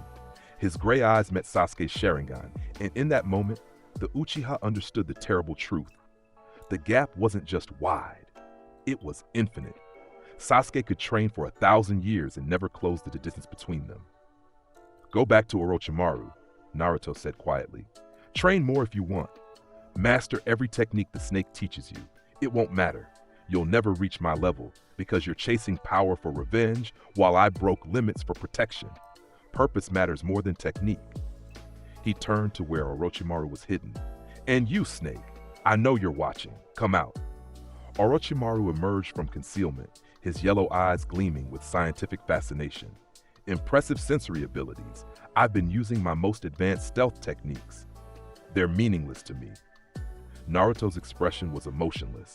You wanted to observe my power up close, to study it, perhaps steal samples. That's why you sent Sasuke, to make me reveal my full strength. You're perceptive. Orochimaru smiled his serpentine smile. Can you blame me? You possess power that defies explanation. Any researcher would want to understand its source, and you won't. Naruto's eyes began to glow red. Because I'm not a research subject. I'm a weapon, and weapons don't allow themselves to be studied. Even if I offered alliance, Konoha and my organization working together, with your power and my knowledge, we could. No. The refusal was absolute. You attacked my village. You threatened what I protect. The only reason you're alive is because killing you would waste energy. Don't mistake that mercy for weakness or opportunity. Naruto's aura erupted, not ultimate form, not even full power, just his hidden power state at maximum output. The pressure was so intense that both Sasuke and Orochimaru were forced to the ground, unable to stand despite their considerable strength. This is your final warning, Naruto stated as energy swirled around him. Stay away from Konoha. Stay away from anything I protect. If you threaten my village again, I will erase your existence so completely that even the memory of you will fade. He raised one hand and a power impact sphere formed. Not large, just the size of a baseball, but concentrated enough that reality rippled around it. This is enough energy to vaporize both of you and leave a crater a mile deep. Remember that when you're tempted to approach Konoha again. The sphere dissipated, and Naruto's aura faded back to normal. Without another word, he turned and began walking across the water toward Konoha. Behind him, Sasuke knelt in the water, his Sharingan deactivated, his spirit broken. 3 years of training, of growth, of pushing himself, and Naruto hadn't even tried, hadn't even used a fraction of his true power. Orochimaru stood slowly, his expression thoughtful despite the fear he'd felt moments ago. The observation had been worthwhile. He'd gathered enough data to confirm that Naruto's power truly did transcend anything natural to this universe. But replicating it, stealing it, impossible. Some powers couldn't be stolen or learned. They could only be earned through breaking limits again and again until you transcended what was thought possible, and Naruto Uzumaki had done exactly that. 6 months after the confrontation at the Valley of the End, the shinobi world had entered a strange period of stability. Not true peace.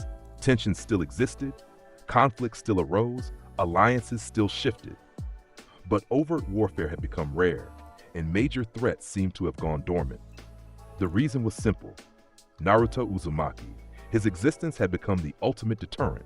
Villages that might have gone to war paused to consider if Konoha would deploy their ultimate weapon.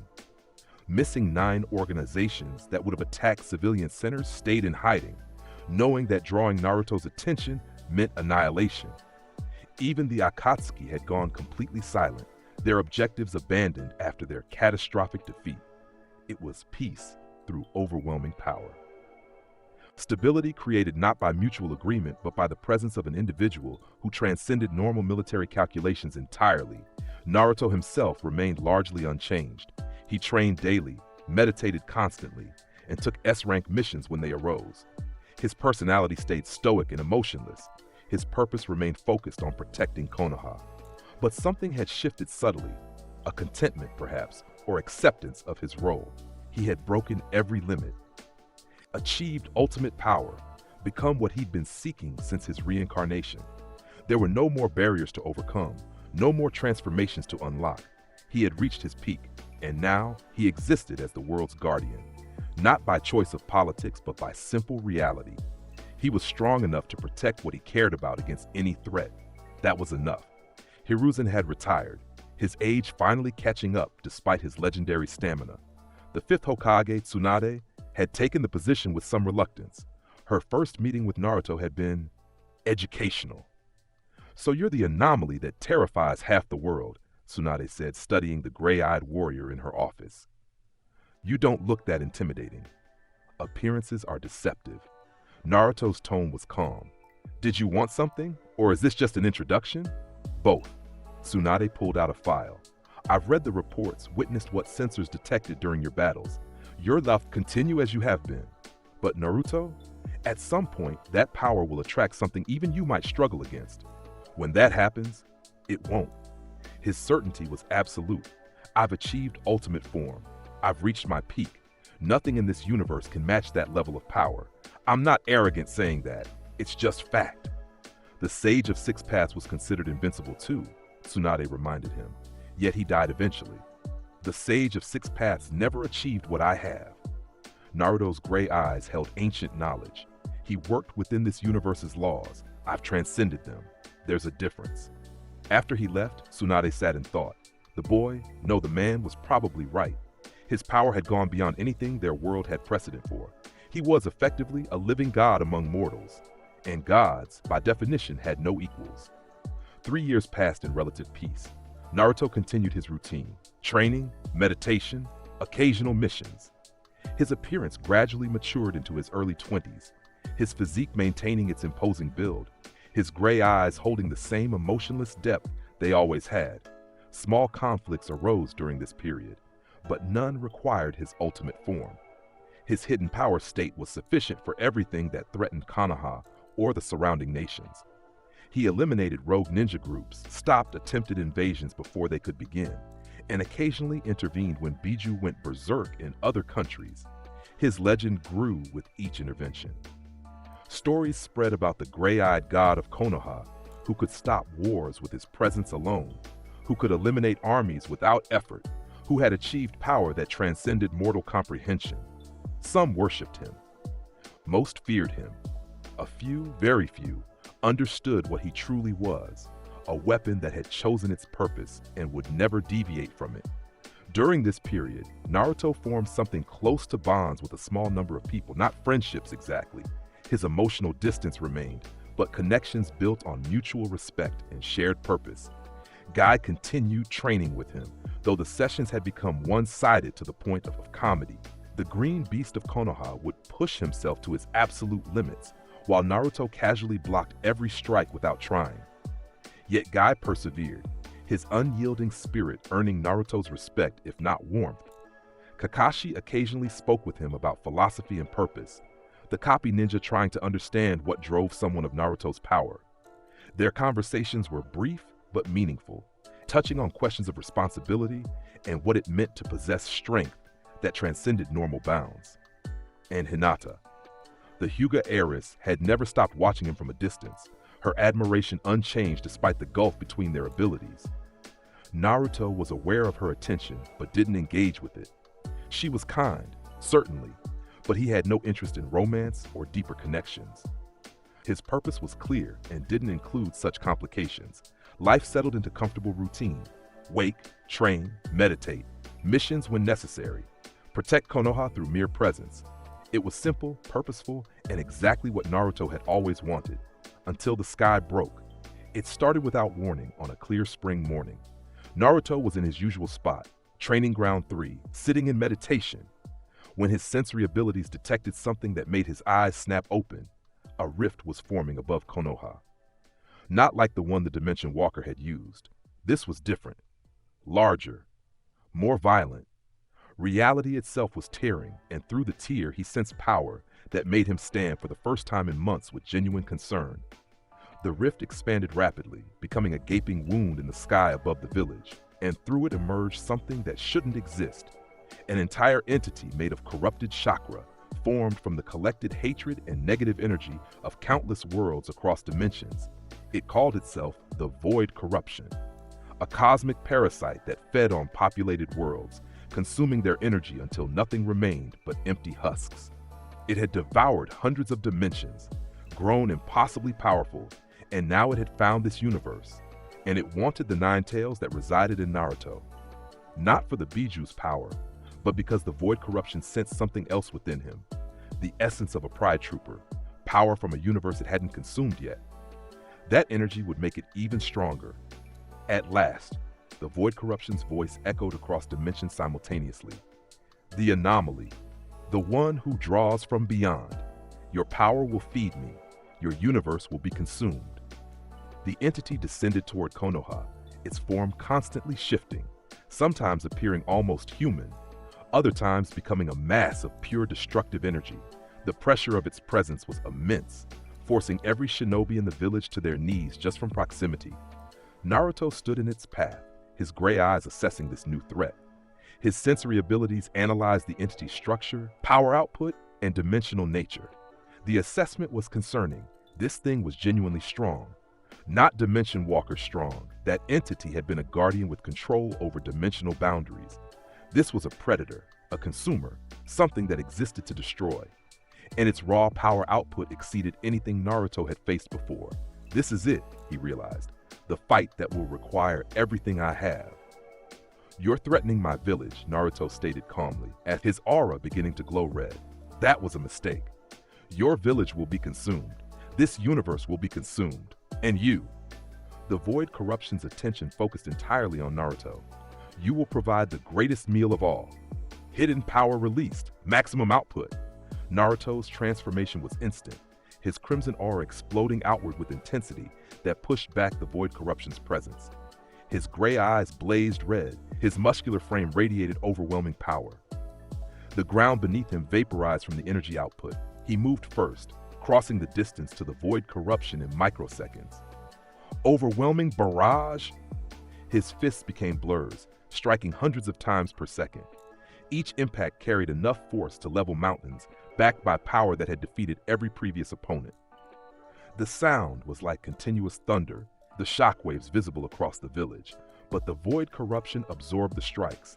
Its amorphous form simply redistributed damage, using the energy Naruto put out to fuel itself. Yes! More power! Feed me more! Naruto backflipped away, reassessing. It's absorbing my energy. Physical attacks won't work the same way they have before.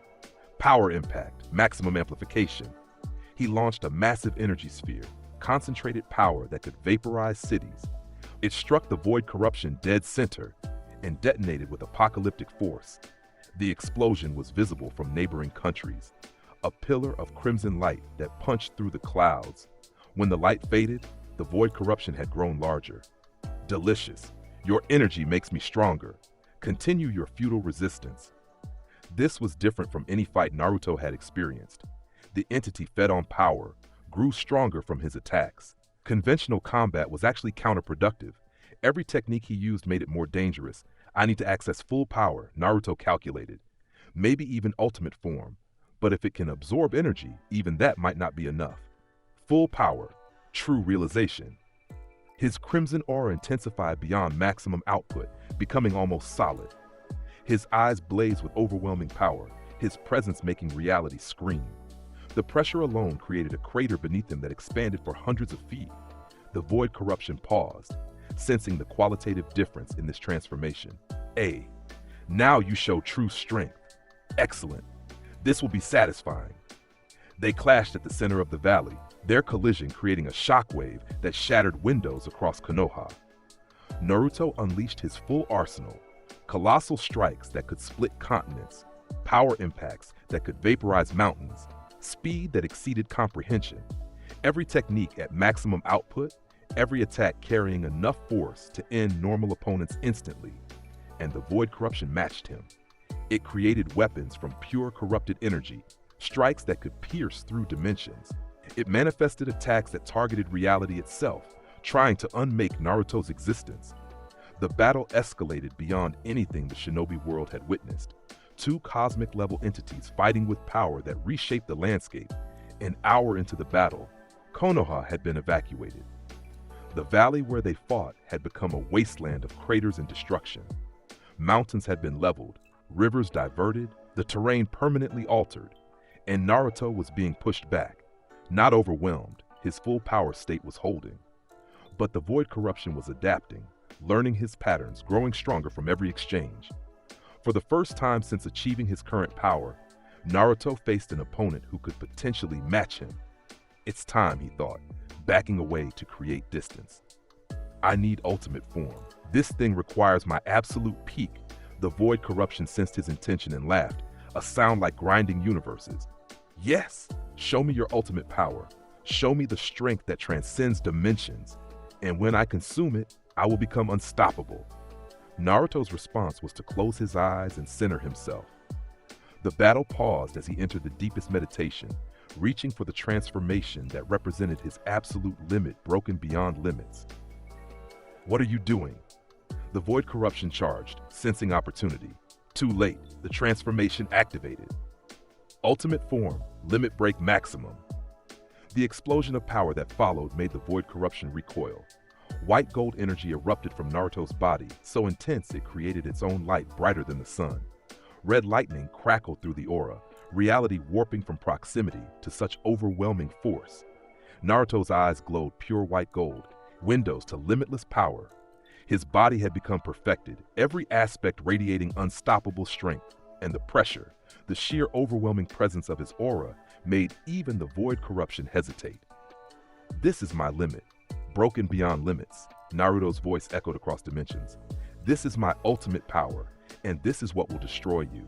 He moved, not through space, but across dimensions themselves. One moment standing a mile away, the next his fist was buried in the void corruption's core. The impact created a shockwave that traveled through multiple dimensions, visible as reality distortions across the sky. Impossible. The void corruption tried to absorb the energy, to feed on this ultimate power. You can't absorb what transcends your nature. Naruto's white gold eyes blazed with certainty. My power doesn't come from this universe. It comes from beyond dimensional boundaries, from a source you've never encountered. You can't feed on what you can't comprehend. He unleashed a technique he'd never used before, something that could only be performed in ultimate form. Limit break, infinite power.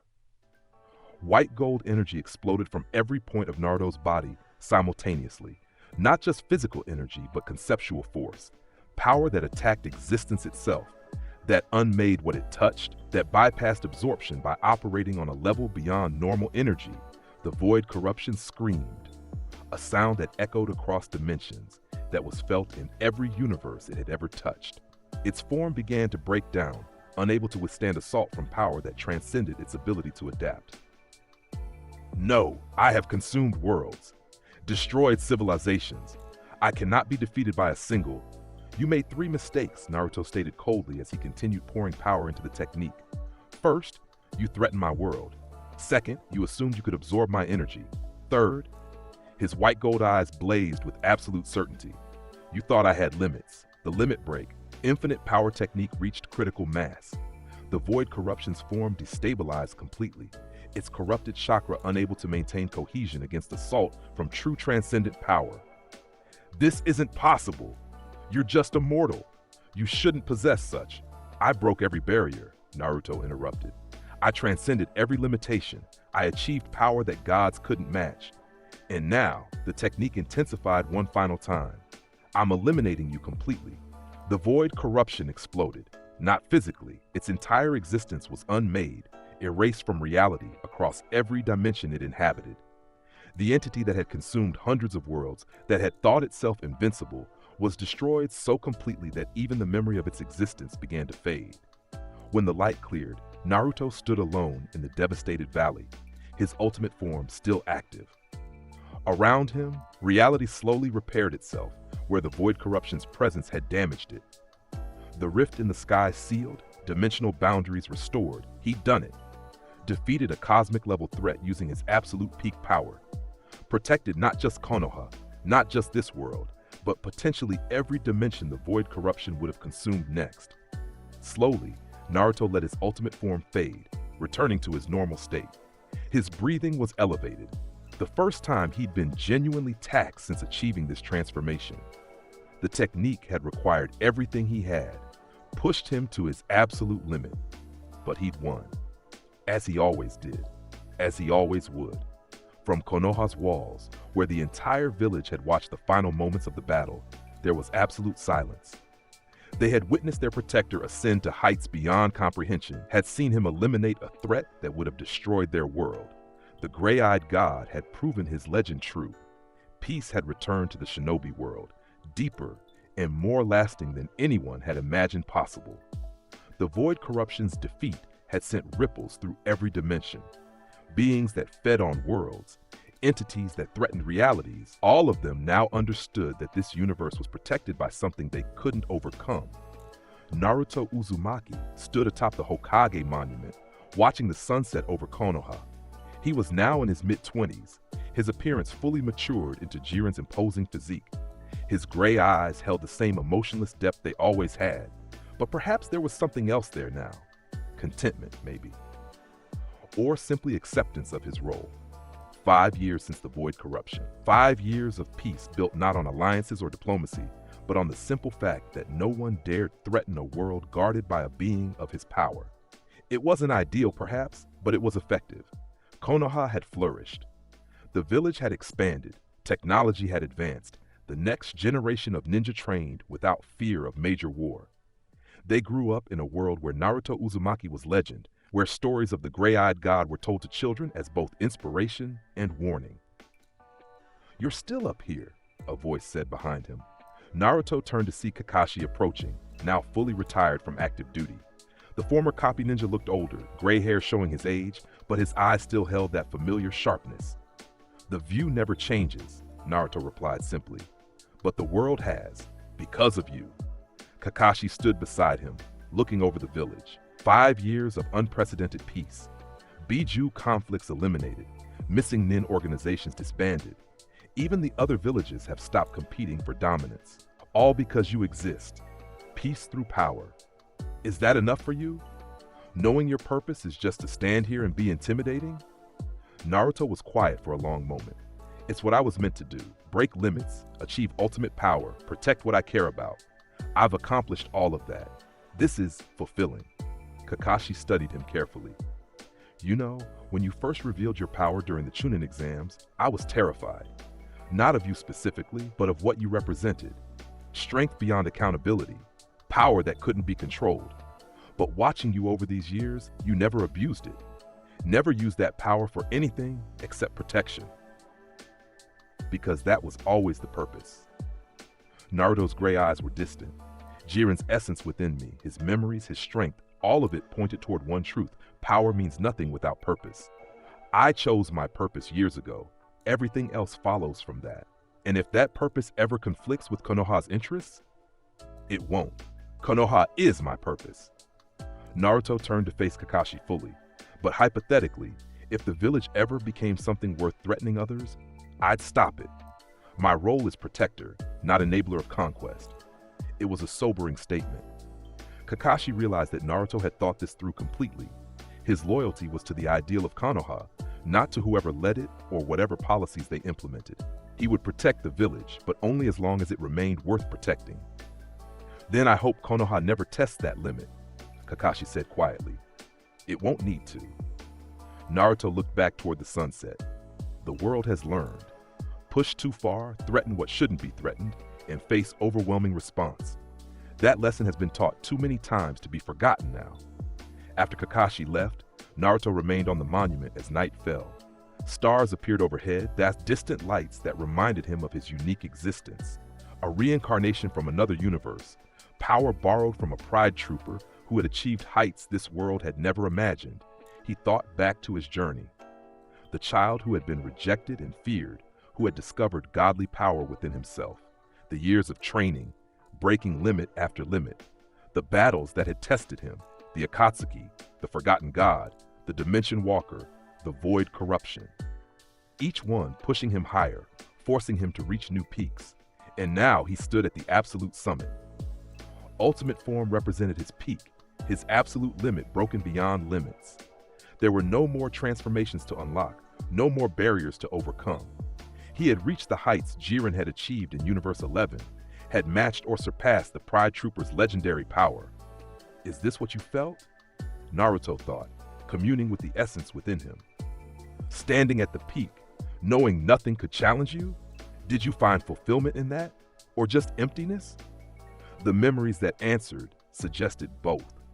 Jiren had achieved ultimate power, but struggled with purpose until the Tournament of Power had given him new understanding. Strength alone was meaningless. It needed to be used for something greater than itself. Naruto had learned that lesson earlier. His purpose had always been clear. Protect Konoha, defend what he cared about, stand as an immovable wall against any threat. And he had achieved that purpose completely. The world was safe because he existed.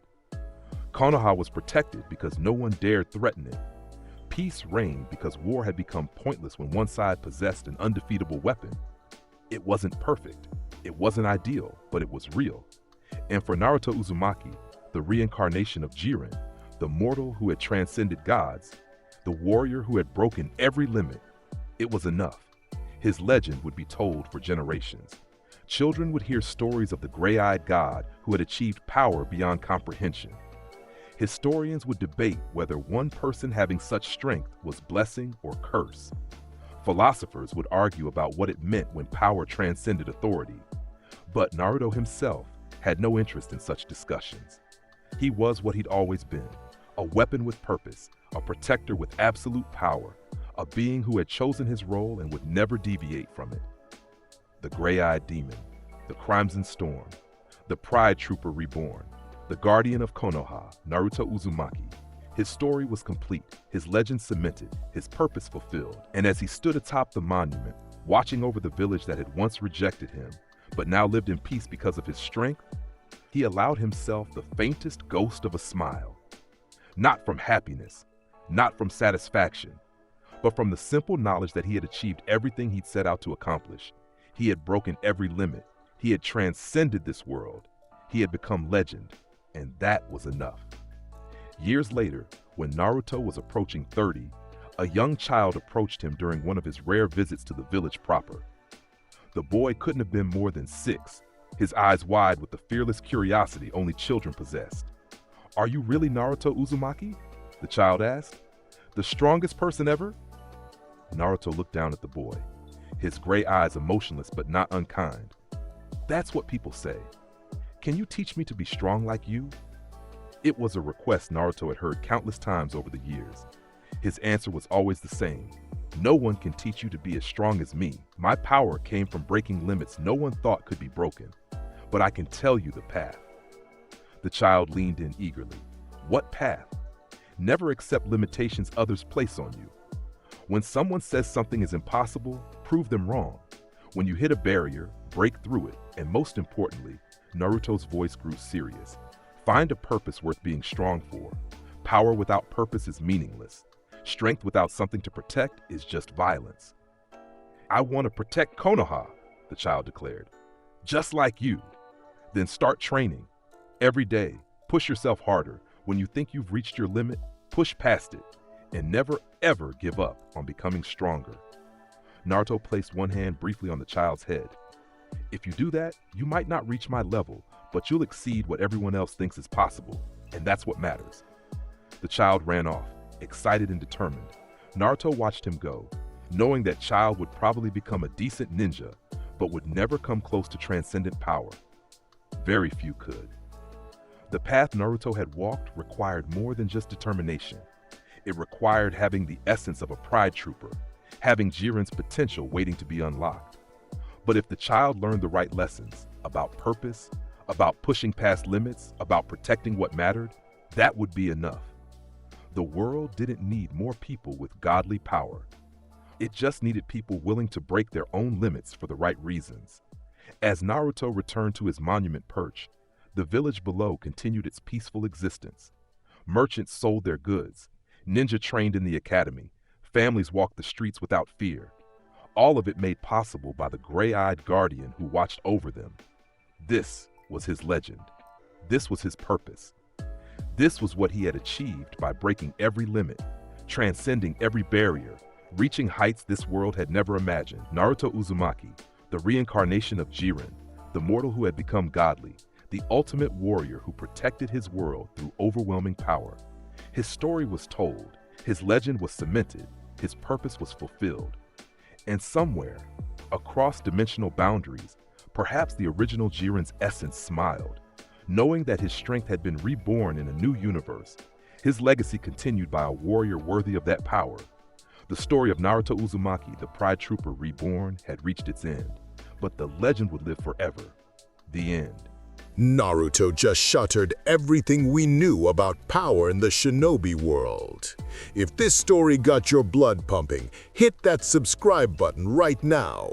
We're building the ultimate what-if community here. Drop a comment with your favorite moment and let me know what you want to see next. Stay legendary.